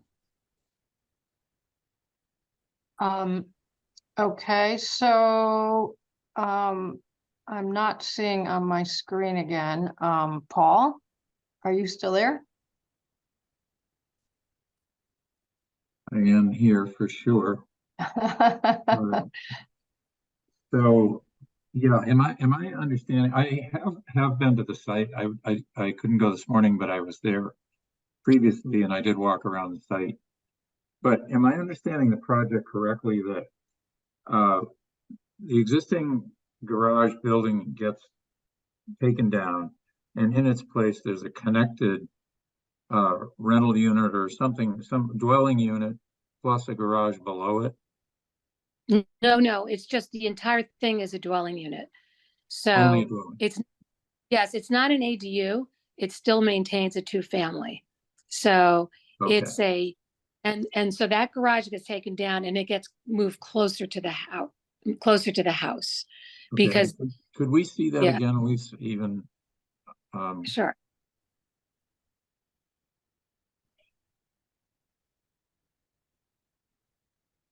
I think it should show the original first, so you understand. Yeah, right, okay. Yes, so that's the original back. Yeah. That's the original. That's the front. That's the front there, yeah. I got it. Yeah.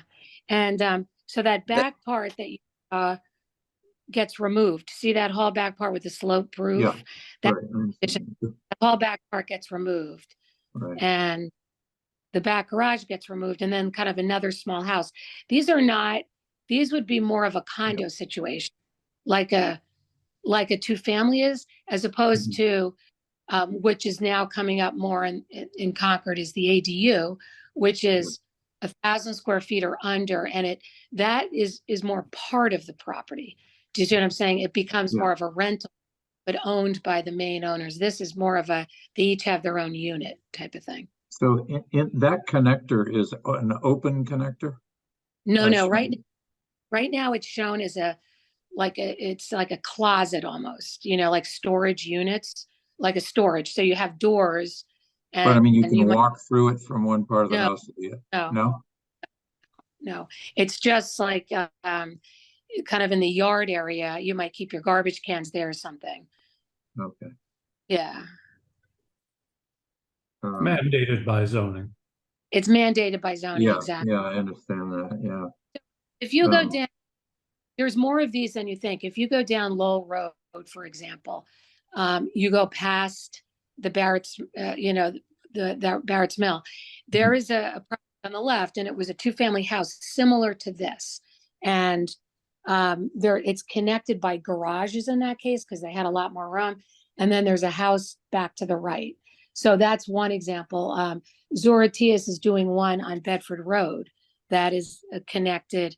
It's in the same vein of this, that you have a two-family or a three, whatever it was, and you can keep that, but you can make it separate units. Okay. All right, thank you. Do you have any other comments, Paul? No, I don't. Okay. Catherine?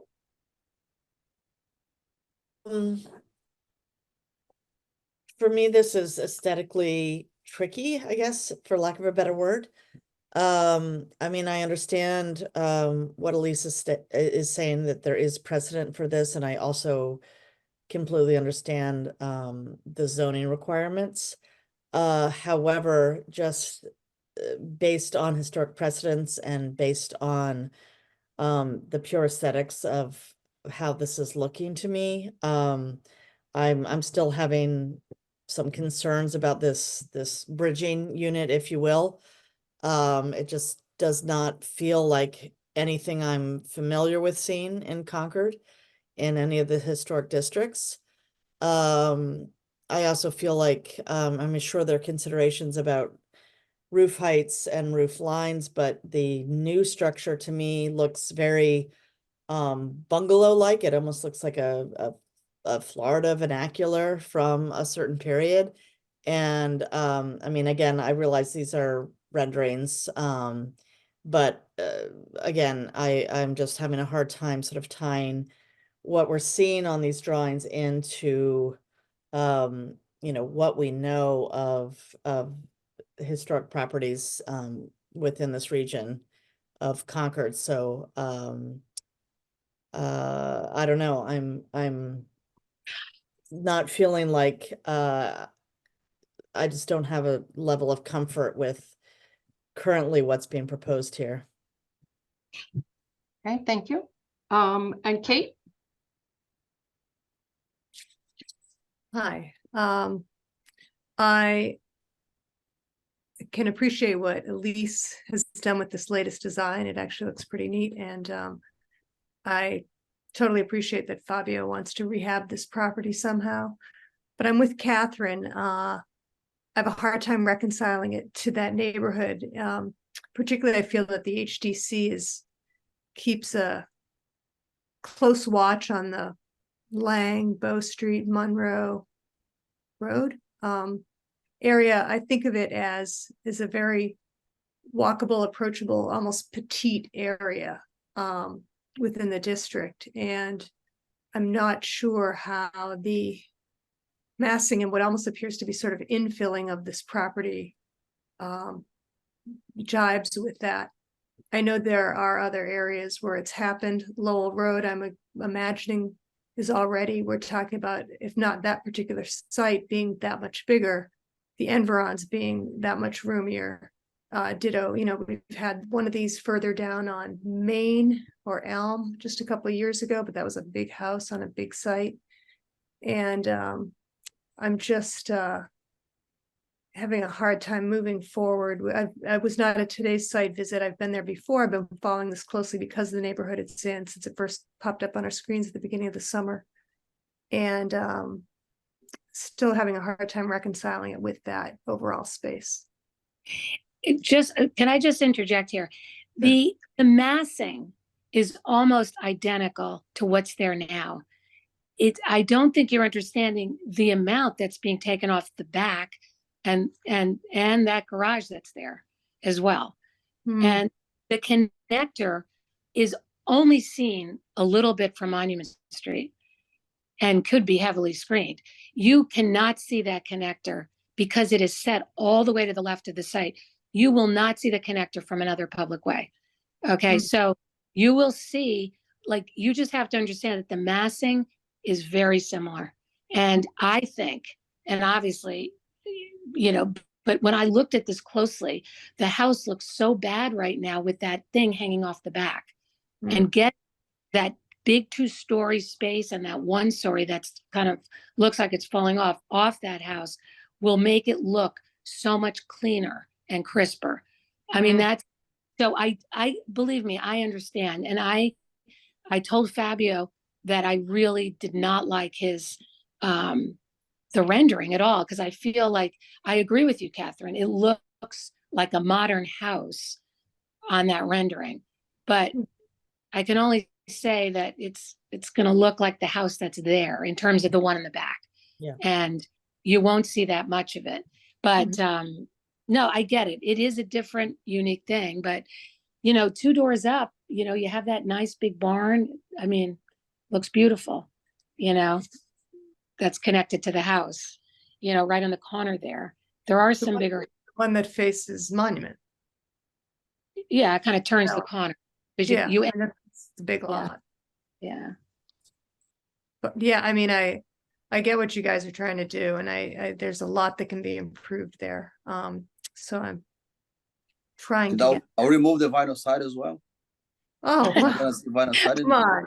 No, I'm definitely trying to work to get there, but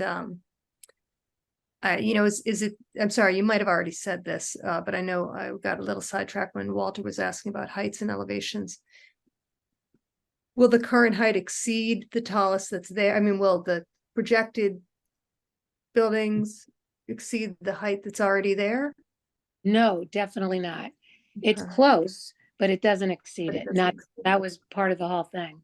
That was part of the idea, is to keep it so it really will look behind the house. I mean, it's totally behind the house. You know, you won't really. And then the revised front house, that'll be the same height as it is. Exactly as it is now. Okay. The same exact. Yeah. Sorry. Thank you. Paul, you're raising your hand?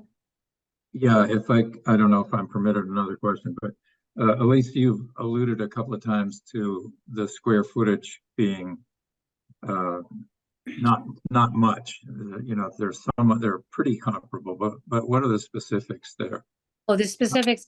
So the front house would be 2,600 square feet, plus or minus. I have it on the drawing. And the one in the back is just under 2,000. So again, and I know it's not the purview of the 2-family, but you know, I've worked on a lot of properties in Concord, and more and more of them are going away, the smaller properties. And it's hard, right? Someone wants to downsize, there's nowhere to go. And the idea, you know, to see this house, which if it doesn't stay a 2-family, it will become a larger single family. And, you know, just another, you know, 3,500 square foot house, it just would be too bad, I think. And yet, you know, to be understood is the economics. You cannot keep that 2-family as it is. The economics don't work in this town. Again, that's part of the problem, you know? So the only way to get a smaller house is if you do something like a PRD or something like that. And, you know, we tried over in Center in Maine and West Concord, and, you know, I had more people say to me, wow, I want to go there because we want to sell our big house and go to 2,000 square feet. But it, you know, it didn't go through, you know, neighbors blocked it. And you know, and there was a lot of other issues with it, don't get me wrong, but all I'm saying is, to me, I know it's not part of your purview, but trying to understand what we're trying to do here with the two family and, you know, and get decent, you know, two houses that are livable. I have one question. I was there this morning as well, and what struck me was how close those two houses are gonna be, next to each other. I mean, they're really, and so what my question is, what is the distance between the back of the first house and the front of the second house, or the length of that, breezeway? Fabio, yeah, what is it, Fabio? Is it 30 feet? The distance between one house and the other house is 34 feet. 34 feet, yeah. And then the size of the back house is 32. Yeah. And the front house, okay, probably something around 30 feet, the front house, the length.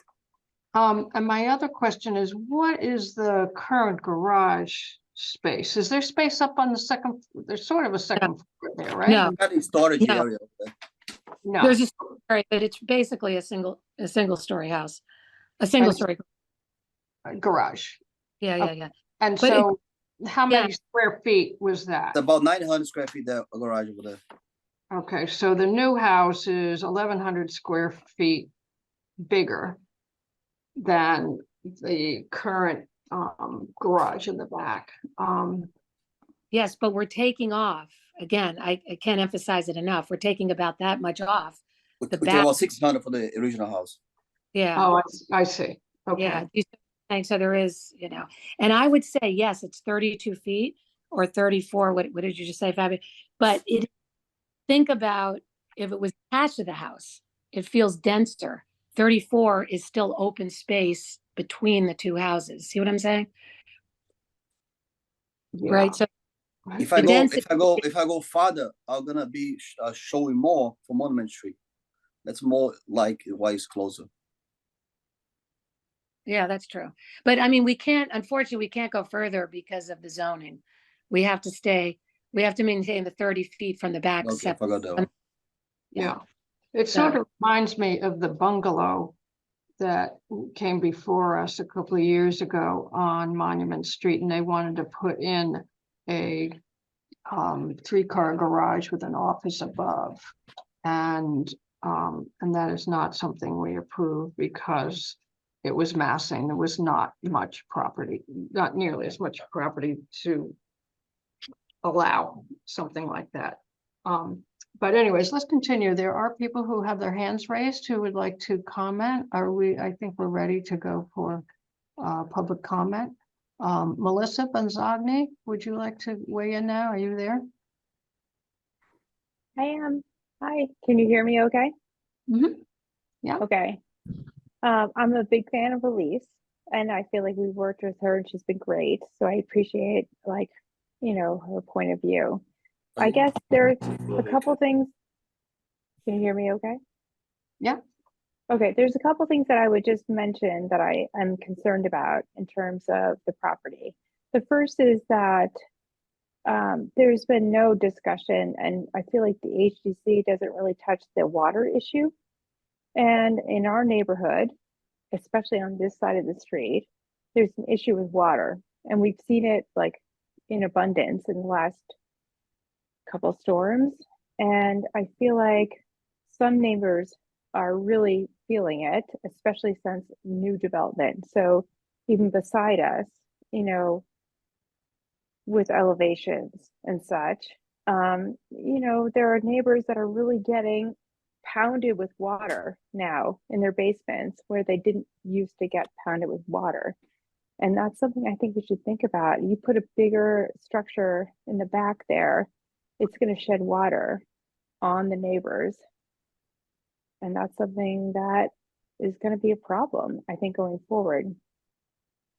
I mean, the other thing is that there are other neighbors in this neighborhood who have bigger lots that could probably fit a structure like that, you know, in their yard.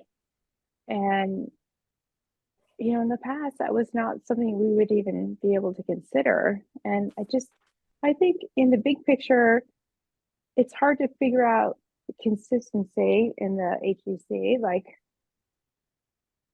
you know, in the past, like we put on our garage and we love that space, but we were definitely not allowed to put in our garage even a bathroom, just because that was going to be considered like maybe like potential rental unit. And I just feel like all of a sudden things have changed. And I understand that, like, I'm all for like including more housing, but this is not like low income housing that we're talking about. It's more like a higher income housing bracket. So it's not like, we're really sort of adding or helping to the housing problem. And that part is like hard to reconcile. So I guess it's hard for me to really understand between consistency, like what to expect from the HDC, or like how do we move forward, or like, I don't know. I mean, could I address that? Because some of it is it's a zoning situation. The reason that this is allowed, and it has been happening, I mean, the one up at Lowell Road happened probably 10 years ago, is because it was a two-family for many years. It's a deeded two-family house. No one could just make it a two-family.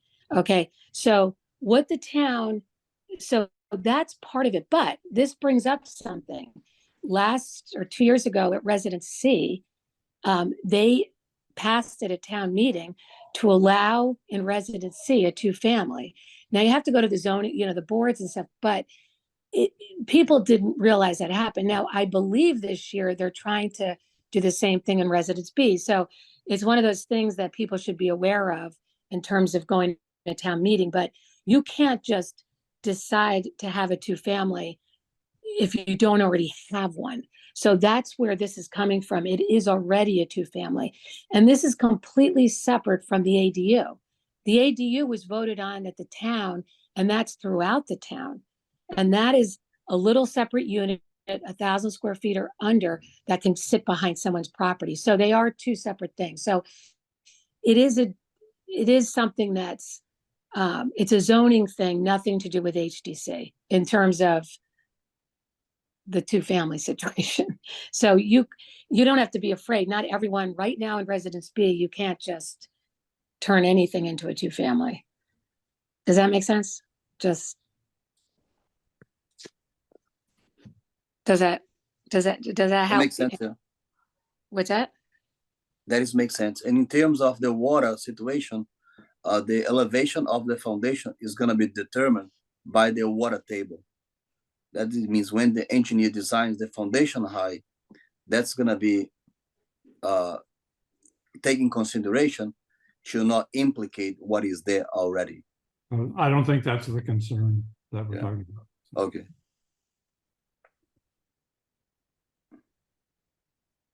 wait, can I say something about that, about the water? Yeah.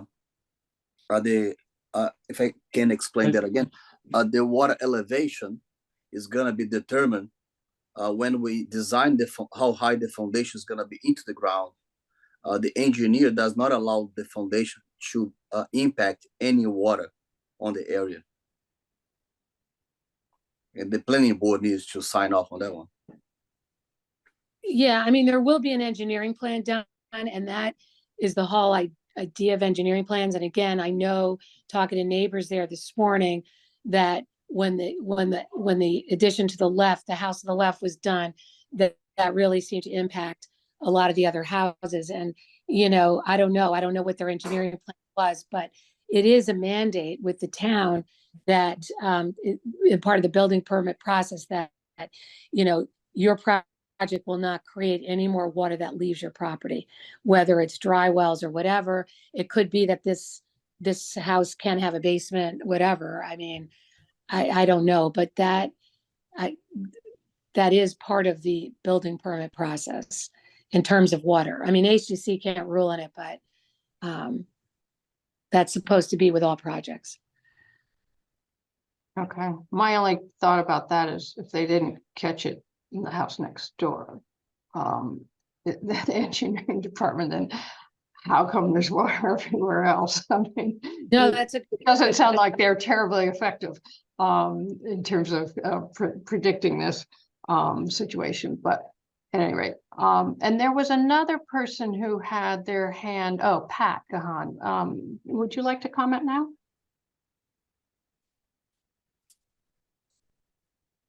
Can't hear you. You're muted.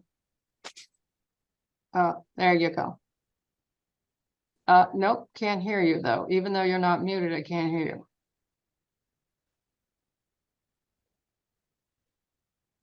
I don't know if the volume is hooked up to your computer.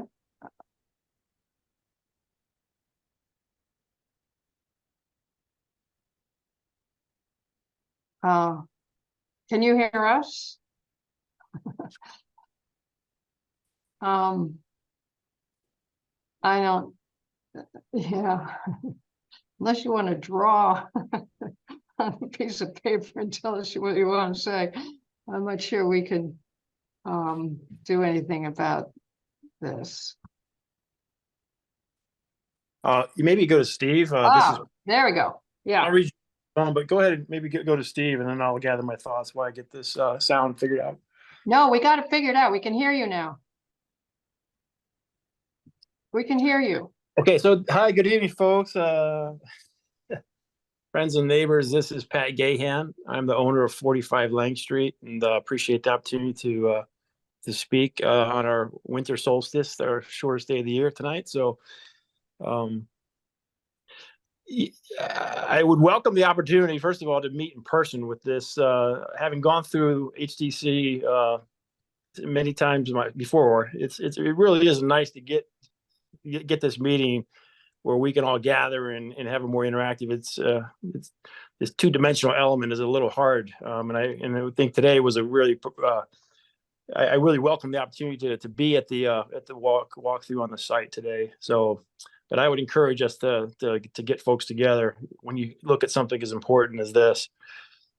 I really want to keep my comments, try to keep them brief, but again, there's an opportunity where you want to respond and have a dialogue on some of the points, and Zoom just doesn't foster that. It just doesn't do the same thing. So that's true. The thing that strikes me, if I think, Melinda, you mentioned archives and going back to things, and I wonder if there's not documents or references or something back in 2012. The only thing I saw go forward on Lang Street that was as material and as big as this was 51 Lang Street, and that's my other abutter. So I'm at 45 Lang and 51 Lang, and at that time, or over 4,500 square foot home was put forward, and of course that just really was the community got really, as someone I don't know who it was who said it, but it just wasn't as similar to the historical elements around it architecturally. It wasn't at all, and so everyone was quite bothered by it. But in the end, what happened was a different builder bought it. A different builder put forward a more modest version of renovation. It still was it needed renovation. It was an old house just like this one, just like mine. Old house, needed help. Good bones, but needed a lot of help. Well, someone came on, did a modest renovation, and now Matt and Jenny have a really beautiful home. And I think what happens when we have these massing conversations is somewhere along the way, the next house becomes the standard for our conversation. So tonight we're having a conversation about, and we're not mentioning any specifics. We're hearing from the architect say, well, it's about the same as 2527. Well, it's not about the same as 2527. 2527 is an integral addition onto its property. Number one, it's integral. It's not doesn't have an umbilical cord to a 2,000 square foot addition. It's on the addition.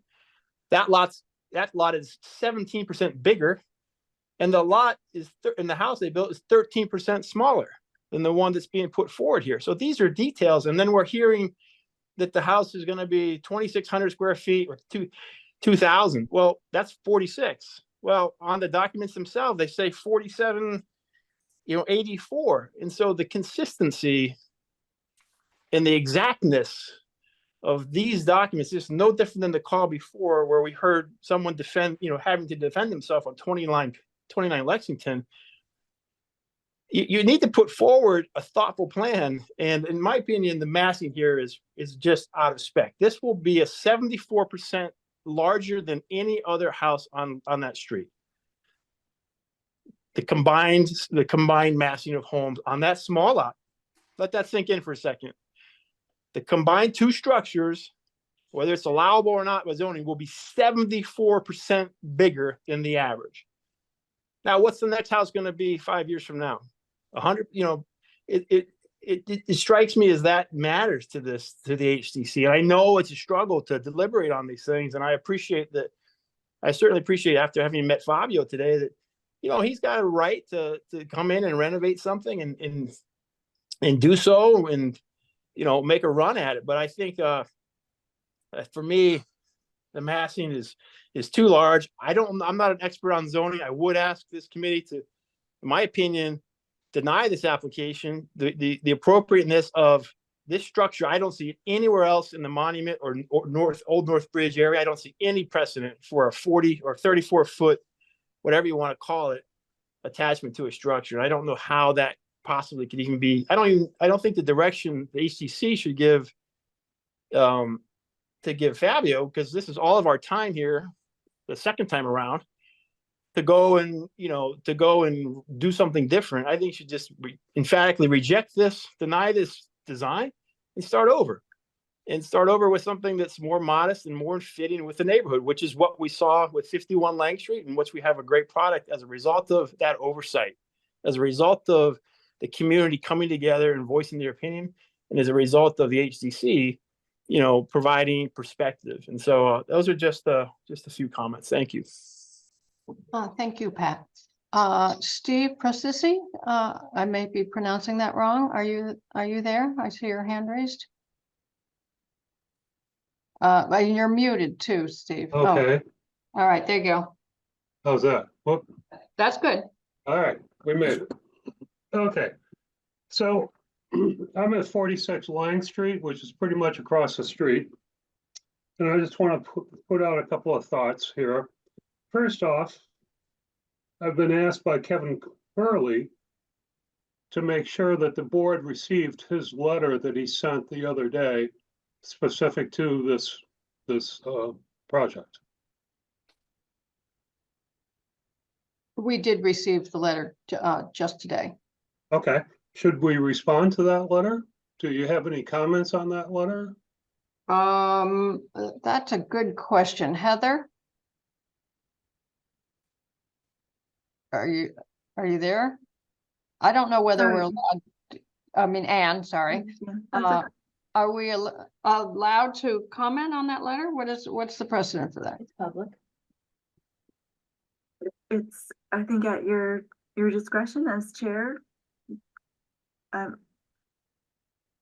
All right. Well, and in this case, I think it does deserve discussion. One of the things that jumped out on me is that they're saying this is a non-conforming lot.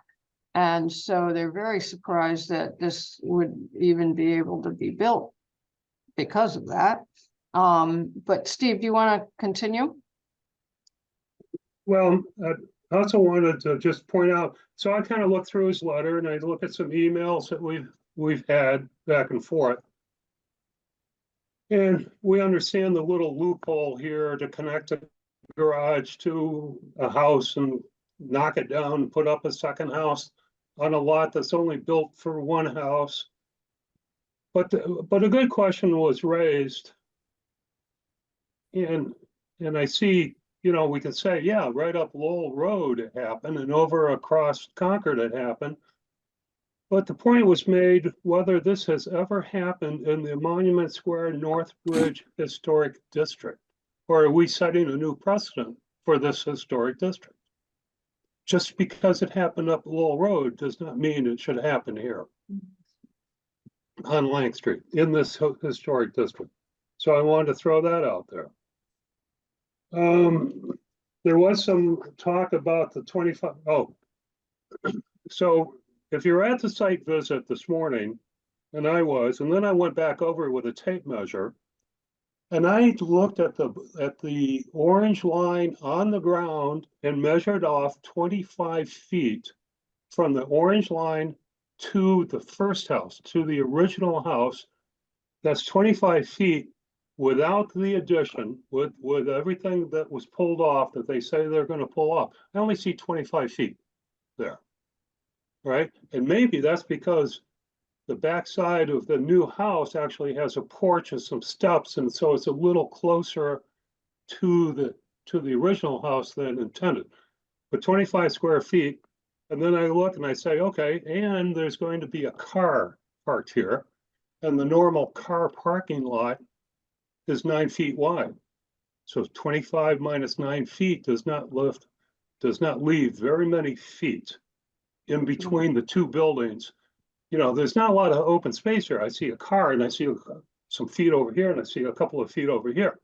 But it seems pretty crowded when you consider the car. The other thing I wanted to hit on was, the poor people at 2527 Lang Street, who have a nice view of the forest right now. But once, or it's an open space.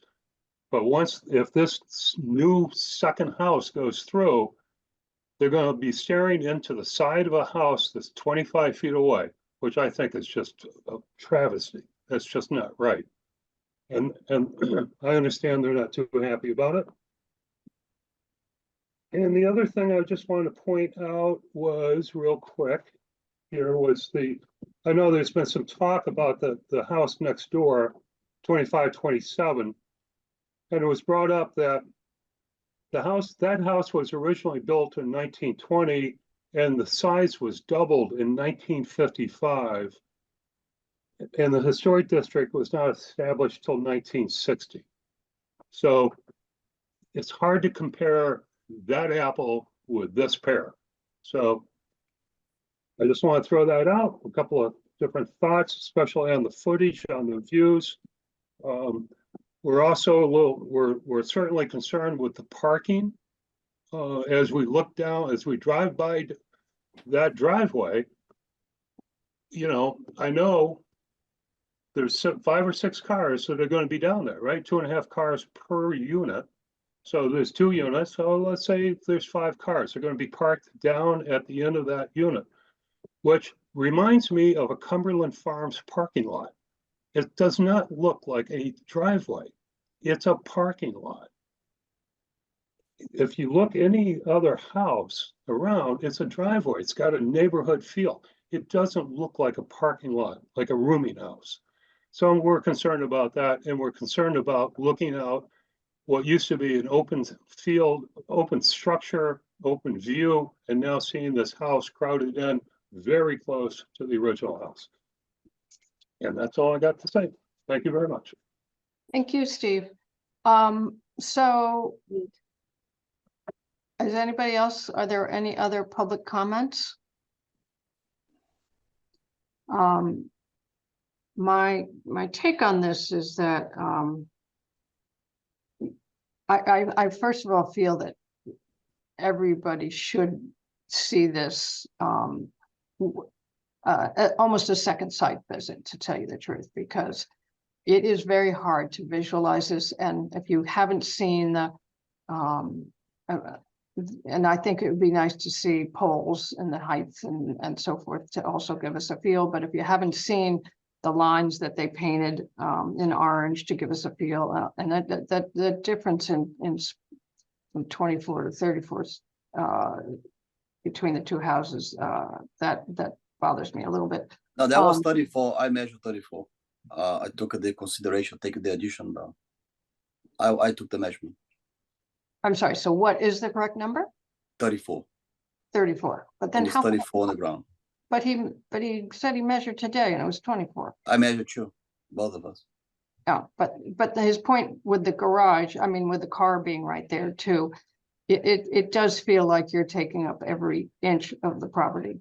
And to have that many cars parked in the open and no garage to hide them, does give the neighborhood a very different feel in my opinion. But I think if we were to, I'm not sure we're ready to vote on this, except to potentially say that maybe we should take a second look as a group and have a review and extension and continuance. I think this is, I think adding up what he added up in terms of how many square footage you really are going to have is definitely a foundation for saying that massing is a big issue here and not something that I don't believe most of the voting members would approve. Are you still here, Louis? I am here. Or maybe I should just be asking Paul. Paul, in this situation, what would you suggest that we do going forward here? Well, not meaning to speak for Luis, but obviously we have the option of continuing the matter. Well, you can propose a vote, approve, deny, or continue. And I mean, I share your sense that there are some open issues here. It's relatively complicated to visualize. So anyway, that's my answer. You have the option of continuing, voting for or against. Okay. All right. I don't know how to quite suggest this either, I just pick one out of three and say, go around and see who will vote in that. Well, you could ask us for a motion. Okay. And who would like to make a motion tonight? Paul? Yeah. I will, in the interest of comedy, not EDY, ITY. In the interest of comedy, I would move that we continue the matter and take a second site visit among the members. Do we have a second? Catherine? And shall we vote? Walter? Am I voting? I thought you were because Louis has. Yes. No, I mean, you got a second. You said. I got a Catherine. second, yes, from Catherine. That I'm was sorry, Catherine. maybe you didn't see that. Okay. I'm a no. Just plain out to not, okay. I'm a no to the motion. Oh, you're a no to the notion. Oh, Continue. all right. That's what my options are. Yes or no on the motion, and on the motion I am a nay. Okay. And That Kathleen? was the motion. The motion was to continue, right? Correct. Yes, I'm a nay. Kathleen? I mean, Kate, Heather? Says Kathleen I underneath there. noticed that, yeah, okay. I am a nay. Okay. Catherine?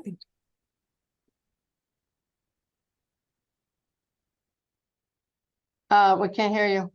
Sorry, I think I already voted for to continue, but so. Oh, so I guess you can't change that if you are. Yeah. If you already seconded. And who? And then, There's you. You're the only one who hasn't voted. all right, and I'm a nay. So then do we need a second motion that that we will not, that we will deny the application as presented? Well, either that, you have two options. I think you need to ask for, if I may, I think you need to ask for another motion and see what surfaces. Okay, well, who would like to make another motion then? I move that we deny the application for 3133 Lang Street as presented. And do we have a second?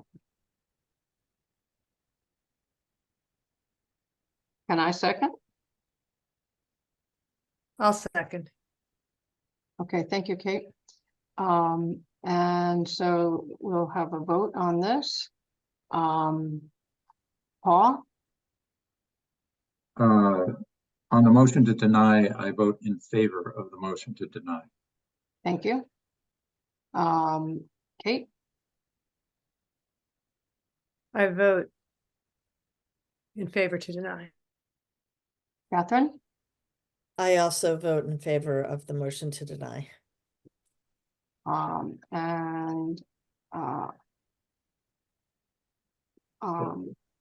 and you proposed it, so it's automatically, No, right? no. No. She needs to vote. He needs to vote. Okay, go ahead. I vote to deny. Okay, and I vote to deny. So that, then we're all in agreement on that. Okay.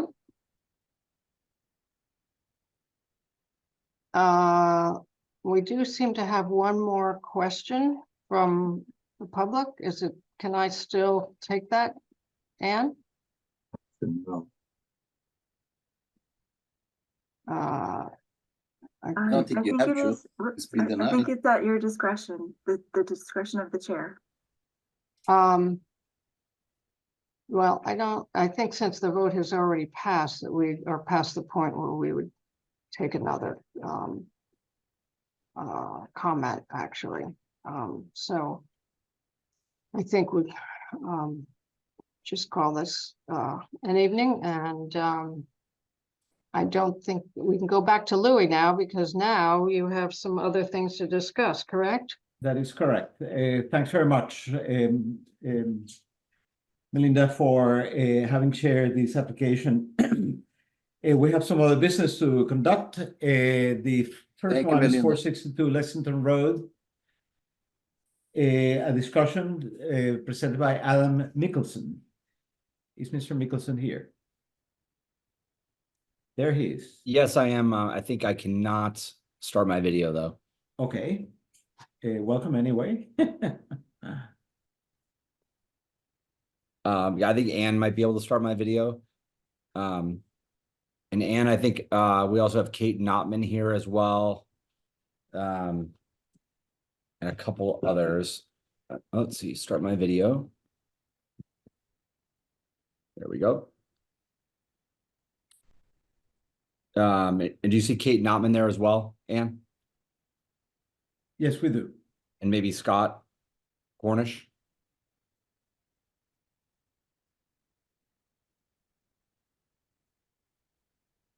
Yes, I'm here with Kate. Oh, Yeah, we're both here okay. together. Right. Yeah, so I think we'll be brief because it's very late and I'm sure everyone wants to go to bed. I think as we promised a few months ago when we discussed the apron, we do have a more kind of substantive plan that we do have in the works for the front of our home. We've obviously taken a lot of time in the last few years and enjoyed our collaboration with the HDC. I think we wanted to take some time tonight to review some preliminary plans and get your input on what we have in the works, and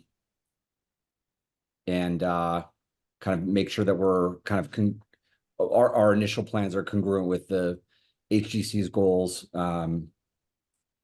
for the community. Because obviously it's very important to us. My wife grew up here in Concord, her parents grew up here in Concord, and her grandparents grew up most of their lives here in Concord. So we obviously have long ties to the community, and our goal, as I think you've seen from our property, is to improve and restore while maintaining the historical accuracy of the property. So I will turn it over to Scott and Kate. We do have some preliminary plans, we did want to get informal input from the HDC on. So go ahead, Kate and Scott. Hi, my name's Kate Naughton, and this is Scott Cornish. We're with Blade of Grass out of Sudbury, and we've been doing maintenance and working with the Mickelsons for some time now. If I could be allowed to share my screen, that would be great. Right. I will just run through this quickly. We're starting with, this is an image of the existing conditions on the site. We've got the house, significant trees, asphalt driveway in through to the garage area. As you all know, there's a ramp on the driveway side. There's a front walkway that goes between these two trees and some stone walls here at the front of the house, stone wall, retaining walls along the driveway, holding up a garden bed and the ramp over here. You know, you all are familiar with the front of the house. Our landscape plan is based on two main suppositions.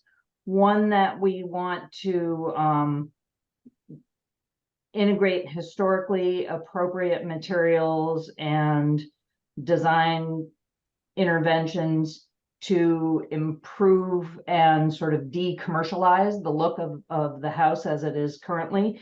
The other is to increase the safety and security for the Mickelson family. As you all know, Lexington Road is a super busy road. The driveway as it's currently configured, you basically have to back out onto Lexington Road.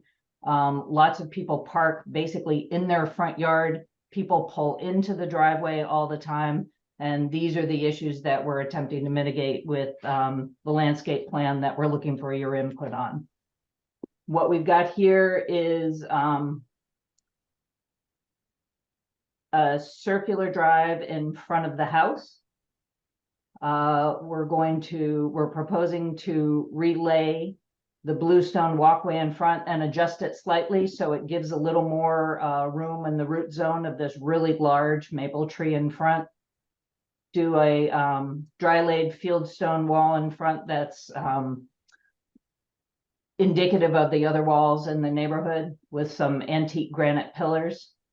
A couple of manual gates on the driveway so that that can be closed when the Mickelson's children are out playing. Just sort of relaying out the driveway in this area a little bit for better turning areas. Removing the ramp off the front of the house, which will widen the driveway a little bit. And that's most of it. What we've got for materials is currently we know that you have had issues with the antique granite apron. We would propose doing it either in antique granite or cobble, but that would be to hold in the chip seal material and prevent it from spilling out onto Lexington Road. Doing another cobble band here that holds the chip seal in, doing an antique granite little connector apron between the chip seal and the bluestone walkway. This part of the driveway would be asphalt for the children, giving the Mickelson's children a safe place to play. And then an antique granite band at the front door area. The currently in the same neighborhood at 336 Lexington Road, there's a manual gate you can see right here. This is the type of gate we would propose doing in a Chestnut Hill picket style, which is exists throughout the neighborhood and throughout most of the historic districts in Concord.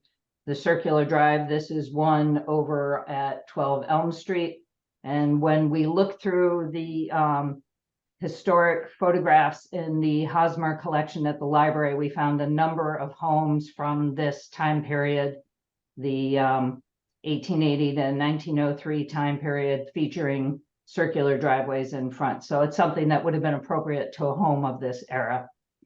And here from the same collection, we found pictures of antique granite pillars holding a gate here, and indeed antique granite pillars used as vertical landscape elements in many of the photographs. For the fencing materials, what we are proposing to do is also the family has a number of dogs, and again, for the safety of the children playing, we'd like to do a fence pushed fairly far back off the road, and indeed not even coming off the front of the house, but sort of midway on the house. This piece of fence here would be a 6-foot high fence, privacy fence, but it's not a panel fence, more of an open privacy fence. We would plant to screen on the outside of it, on the street side of it. The gate at the front in the wall would be Chestnut Hill picket style. We would request to do a panel fence along the side of the road or the side of the property. And then back here, this would be a Chestnut Hill picket. Sorry, my hand was Chestnut Hill picket fence and gate there. And then another piece of panel fence here between the garage and the edge of the property to screen the trash cans.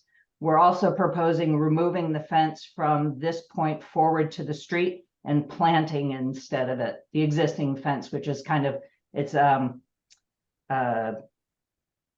down and not in great shape. For paving materials, sorry, why is that? There we are. Paving materials, as we said before, this would be chip seal in the front. The darker gray is asphalt. The lighter gray are the antique granite or cobble insets. The blue is bluestone. There's a little piece of existing brick at the base of the side stairs onto the driveway currently, which we would just be proposed to relay because it's in kind of shaggy shape right now. At the front of the house, currently there are brick steps which are in such disrepair that that front door is completely unusable and unsafe. We're proposing to replace those with bluestone treads and fieldstone riser steps. And for wall materials, the front of the house, we would do a 24-inch dry laid fieldstone wall with antique granite pillars and where the green dots are. And then all of the yellow is, those would be retaining walls. So they would be mortared, but the mortar would not be visible. It would be far enough back in the wall that it would not be apparent. Again, this is a style of wall we found from Kerrigan's Castle in the same photo collection, which is the type of wall we'd like to do, you know, dry laid fieldstone wall. These are some others that are extant in town in historic districts today. These are some of the walls we have built in the past and some styles of the retaining walls. And again, a different picture of another granite post. This is the ramp that would be coming off the house. So I think we can all agree that it would be much more attractive without this on it. And that's that about wraps up the landscape materials. Do you have anything you want to say, Scott? I think that was a good summary of what we're looking to do, and curious to hear thoughts from the historic district or commission. Thanks very much, Milton. I'll ask the members of the commission to comment. So I'll start with Kate. Hello. Hello. Let's see. I guess I'll go in order of what was most recent, which was the wall, the stone walls, Kate. And there was a picture that was kind of in the center of the screen that you had said you'd put in before. Yes, the one with all you just see is the one brick pillar. Yeah. So some of those pop up in the district, but you probably know that our preference is not as perfectly fitted as that. Yep. Yep. More the rubbly look that we kind of see. Well, the Haywood Meadow one in the upper right corner yep. is more accurate. So just to reiterate that, we prefer the kind of rubbly uneven look, because that's what they were. A little looser and That's more also our organic. preference as well. Yeah, kind of chunky. Yeah, you okay with Yeah. that? I mean, I know the more uniform appeals to a lot of people, but it actually kind of stands out sometimes, not in a good way.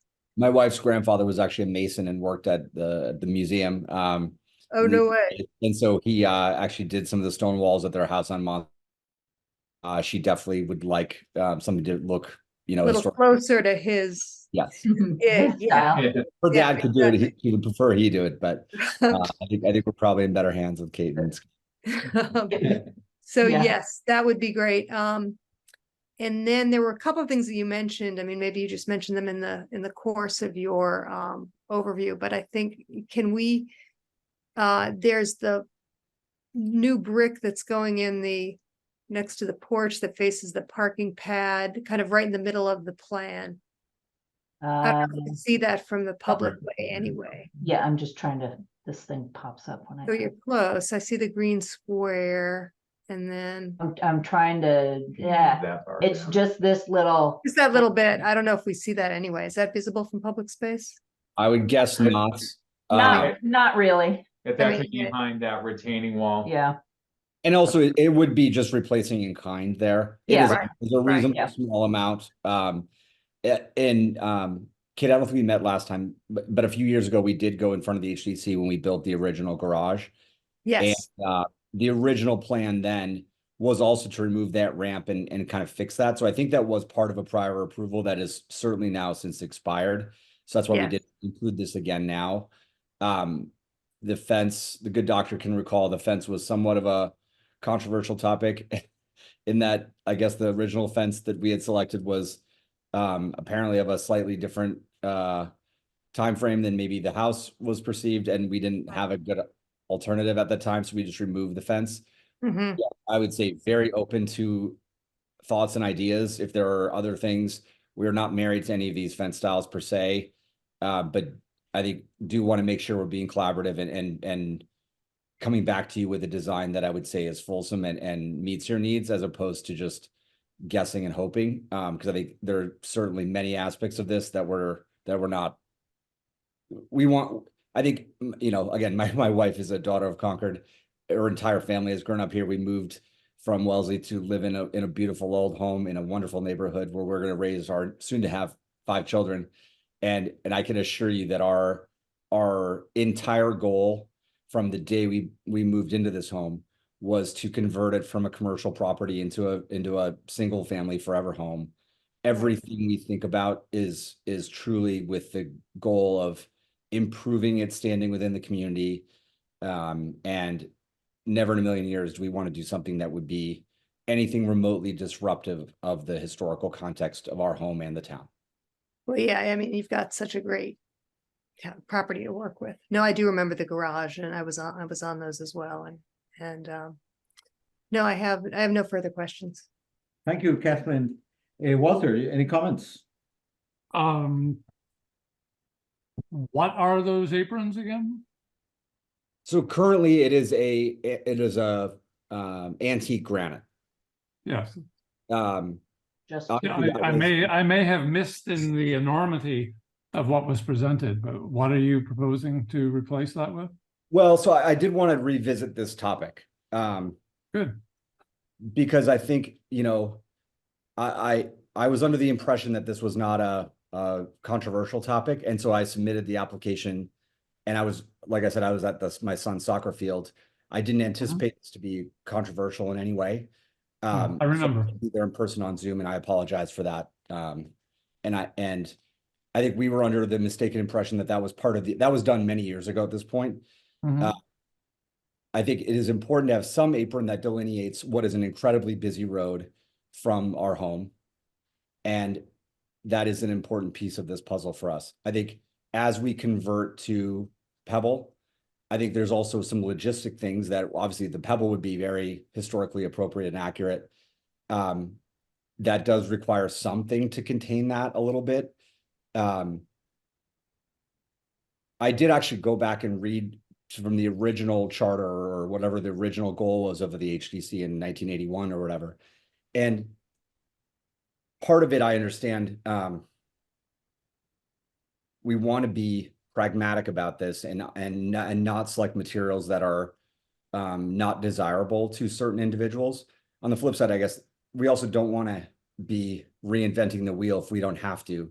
I think the antique granite, while some didn't like the aesthetic look of it, and I recognize that, its functionality I think is reasonable, and its aesthetics are reasonable. I want to avoid incurring huge cost to remove antique granite that's already there if humanly possible. And so I do want to get kind of the committee's input on that. I think there's even a passage within the original charter about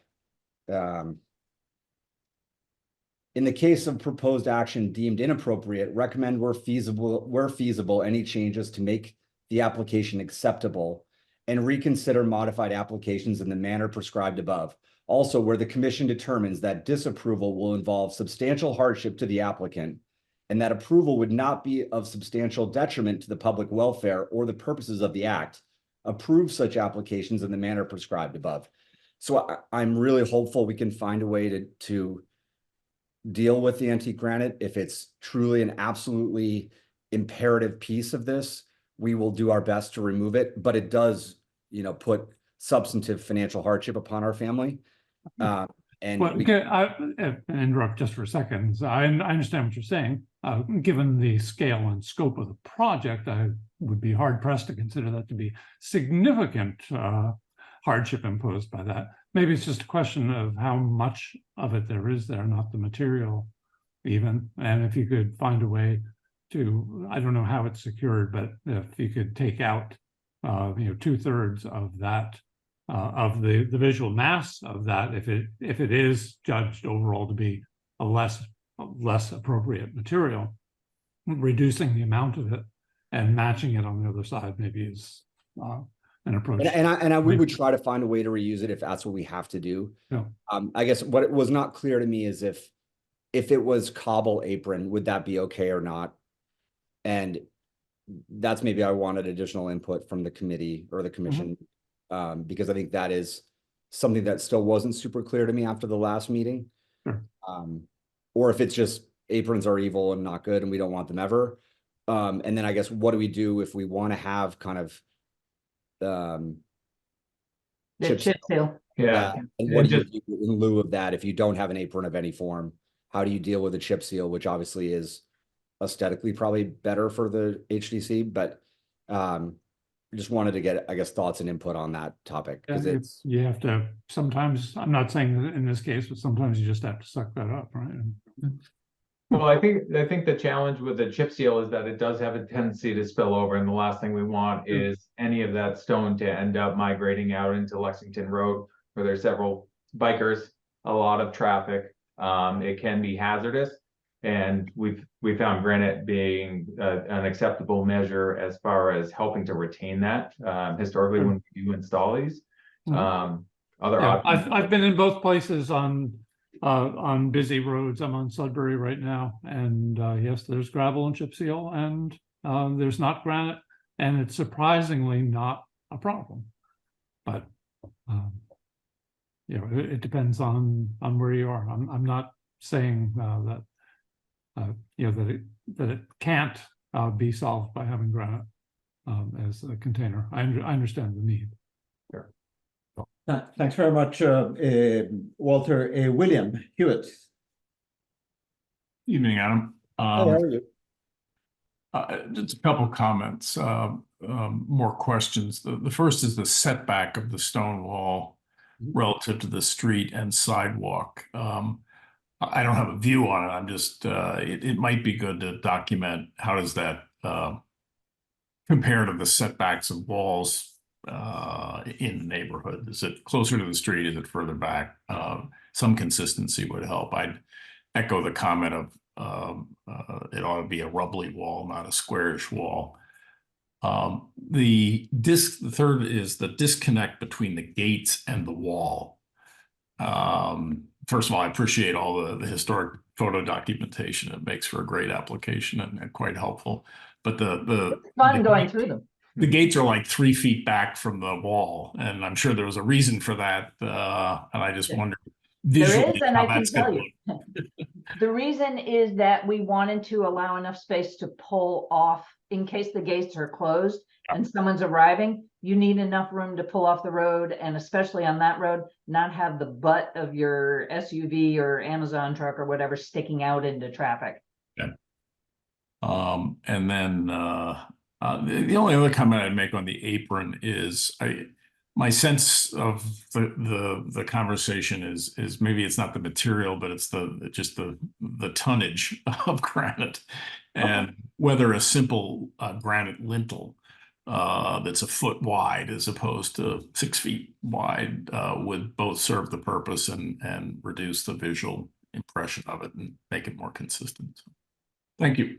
Thanks very much. It's a little more demure, I think, in person than maybe what those photos implied, but maybe not. And again, and does it matter, Bill, if it is cobble versus granite, in your opinion?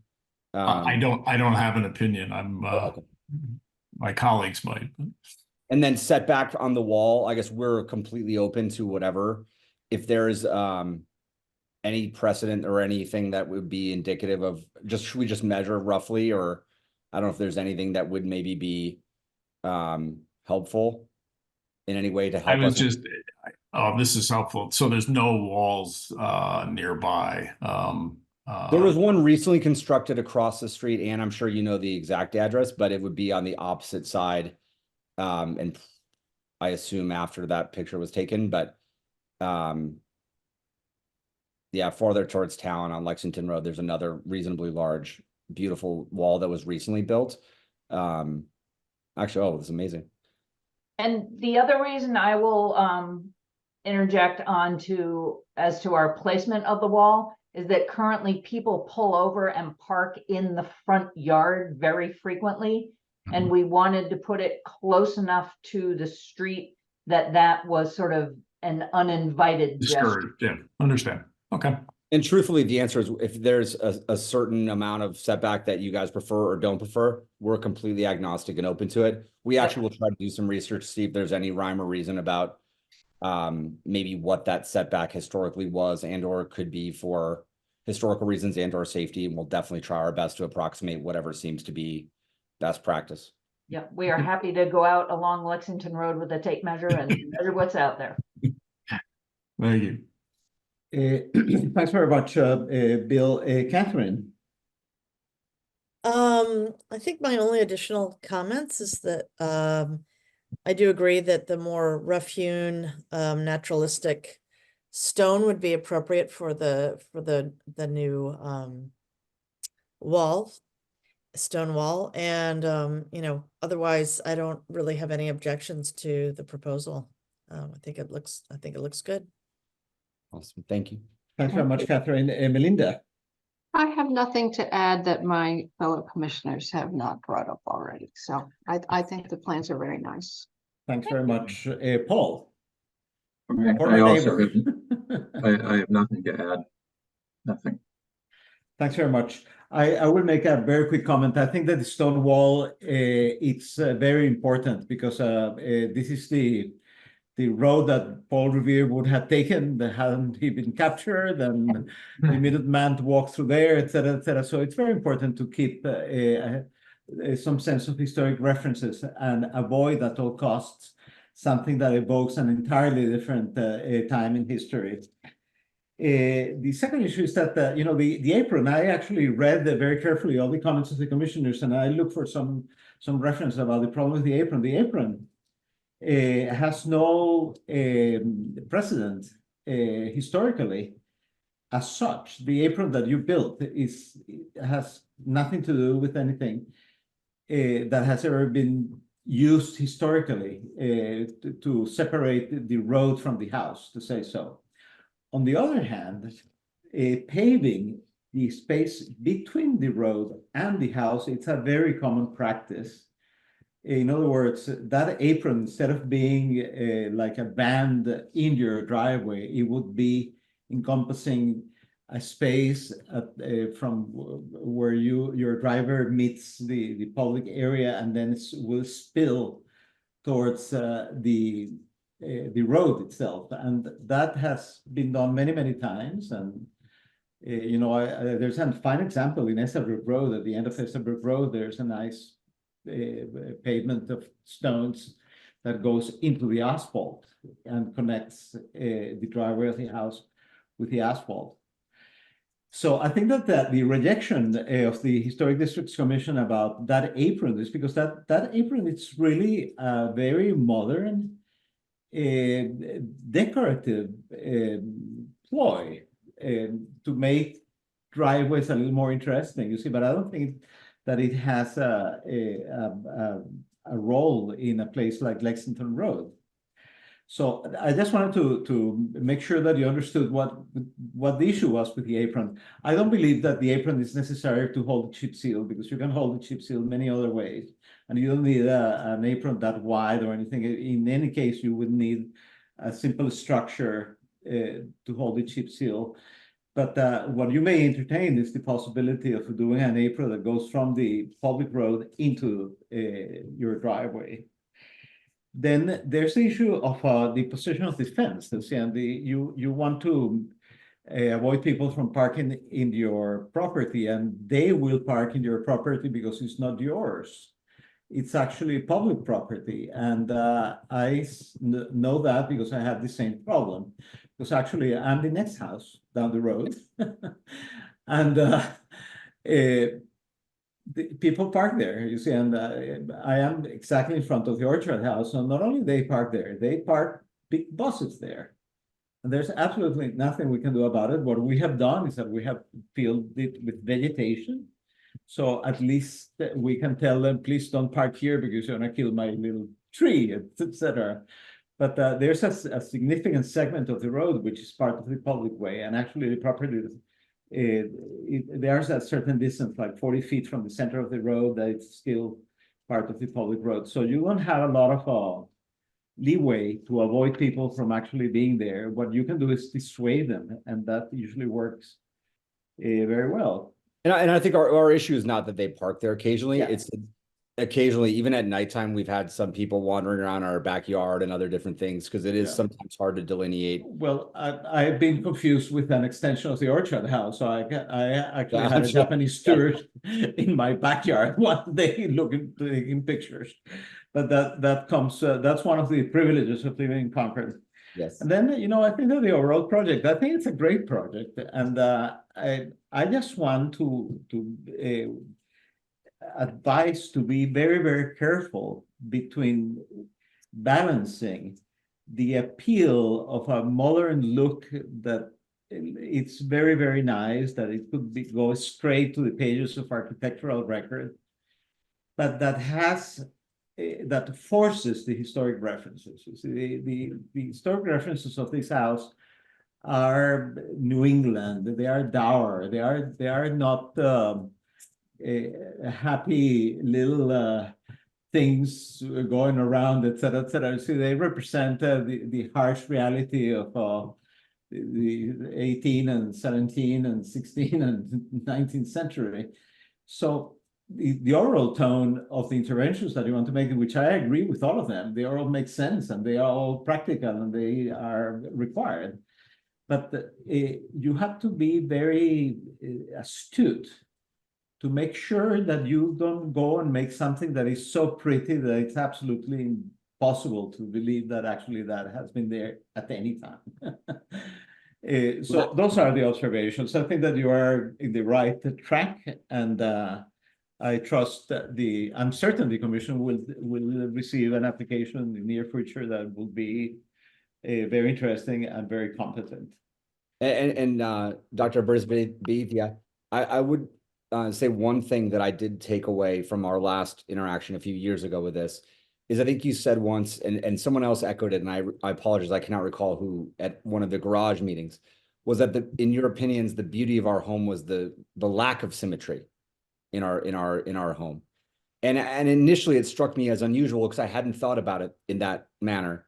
But I actually have spoken recently to Scott and Kate about this, and Jim, who's not on the call tonight, about how it is important for us to not have things that are perfect. And I think sometimes the beauty of an old home is that true lack of symmetry. Now, part of it was accidental in that it was often a mishmash of different add-ons over the years. But part of it is to your point, the harsh beauty of what New England architecture was in that time frame, where there wasn't modern day machines that made everything awesome and easy and perfect. So I think we will absolutely look to embrace that lack of symmetry because it's something we hadn't thought of prior to our prior interaction. So it is something we do keep in mind though going forward and probably will forever.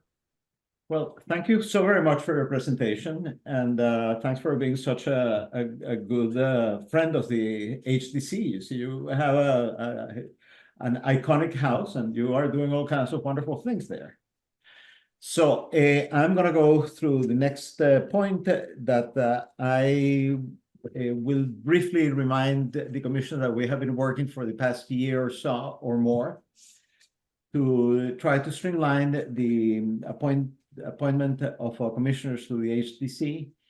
The problem that we had been dealing with is that these appointments have been driven by the time that the nominating entities was appointed the commission the first place. When somebody would retire, then somebody else had to come and finish that term. And that created a number of things, and that all has been thoroughly documented. And you all should have, or you can have another copy of proposed guidelines that we've lost the Senate. That I wrote some time ago. So you can look it up, and I will update you that we discussed making some changes in the rules and regulations, went through town council, and the conclusion was that all the changes that we suggested made perfect sense, but that they would probably interfere with the enabling legislation in some way or another. So they dissuaded us of going forward. So the way that we have been able to go around this issue of making commissioners last a significant time in the commission, serving the commission, is to ask the select board to continue their appointments. See, and that has been done many times in the past years, and certainly a number of times while I've been chair in the past 2 years. So what I'm asking the commission is that the commission allows the chair to request formally from the select board that appointments to the commission be made for 5 years, regardless of whether the appointment is to substitute from somebody who resigned, or the appointment is a no appointment, that we just want to have appointments for 5 years. And that's what has been going on. So I'll ask the commission for a motion, and all members will be voting as this is an administrative matter, that they allow me to write a letter to the select board asking for commissioners to be appointed for 5 years. That doesn't mean that the select board will do it, but at least we will have a precedent where we requested it. So may I have that motion? I'll move that. A second. Second. Okay, so Kate. Aye. Walter. Aye. Bill Hewitt. Aye. Catherine Mast. Aye. Melinda. Aye. Is Paul still with us? Yes, aye. Oh, great. Thank you. I didn't see you were, and I'm an aye as well. So that's I thank you for that. Then we have the minutes from June 15 on August 17th. I read them. I don't think there's any problem. Does our secretary have any objections? No, I also read them. I didn't see anything amiss. So may I have a motion I have to? Sorry. It's me, of course. On the 17th, the meeting of the 17th, I believe it's a little while since I looked at them, but everything is noted that each application or motion passed with a vote of 6-0. by roll call vote, and there were 5 attendees, I believe. Yes, that is, I believe it's a typo, and Okay, yeah. pinpointed it, and I think that has been fixed. Okay, very good. So do I have a motion to approve those minutes? I so move. A second? I'll second. Let's go around. Walter, Aye. Bill, Aye. Kathleen, Aye. Catherine, Aye. Melinda, Aye. Paul, Aye. and I'm an aye as well. So finally, this will be the last official meeting for Paul Ware and myself. What? So as of January 2024, we are no longer members of the Historic Districts Commission. So I'll let Paul speak right now if he wants to say anything. And then, of course, he'll say something. I will. I certainly want to say, I mean, having served on zoning and historic district commission, I understand and believe in the importance of these public commitments to the town, because it's a town very worthy of those commitments and of the people who serve on those committees. It's been a great pleasure working with all of you. My principal regret in the last few years is that none of the meetings have ever been personal, in person, and I think that's a mistake. I've said it before. I think going forward, I hope at least quarterly you'll do in-person meetings, because it does change the dynamic, enriches the friendships, and I think is good for the town and for your ongoing careers for the town. But thank you for the privilege of serving, and Merry Christmas to everybody. Thanks very much, Paul. I echo the remarks of Paul. I want to recognize each and every member of the commission, and I want to thank you for the privilege I have been given to serve as your chair for the past 2 years. I, like Paul, regret that none of our meetings were in person, and some efforts were made to change that, but they were not successful. And I can assure that this commission is substantial for the progress and for the relevance of our town as a historic town, and that I believe that the commission is doing an excellent job. Of course, now it's where the difficult starts, because everything in front of us is more difficult than the one before. But I'm certain that the commission will continue to go forward and thrive. And with that, I thank you all again. And I will make a final note, which is to say that according to APP 11 or APP 10, sorry, I'm not supposed to be allowed to leave my post until a replacement is made. So whether this could be good news or bad news, when you all assemble in January, I believe it's 18 or 21st or something like that, I will be there. And I will open the meeting as the acting chair. And the first thing and the only thing that I will do is that I will call for a vote from the commission to elect a chair, a vice chair, and a secretary. And after that's done, I will turn off my microphone and become a member of the public. So I just want to let you know that that's going to happen. So don't be surprised. And thank you again. And I hope to see you around as soon as much as possible. Thank you so very much.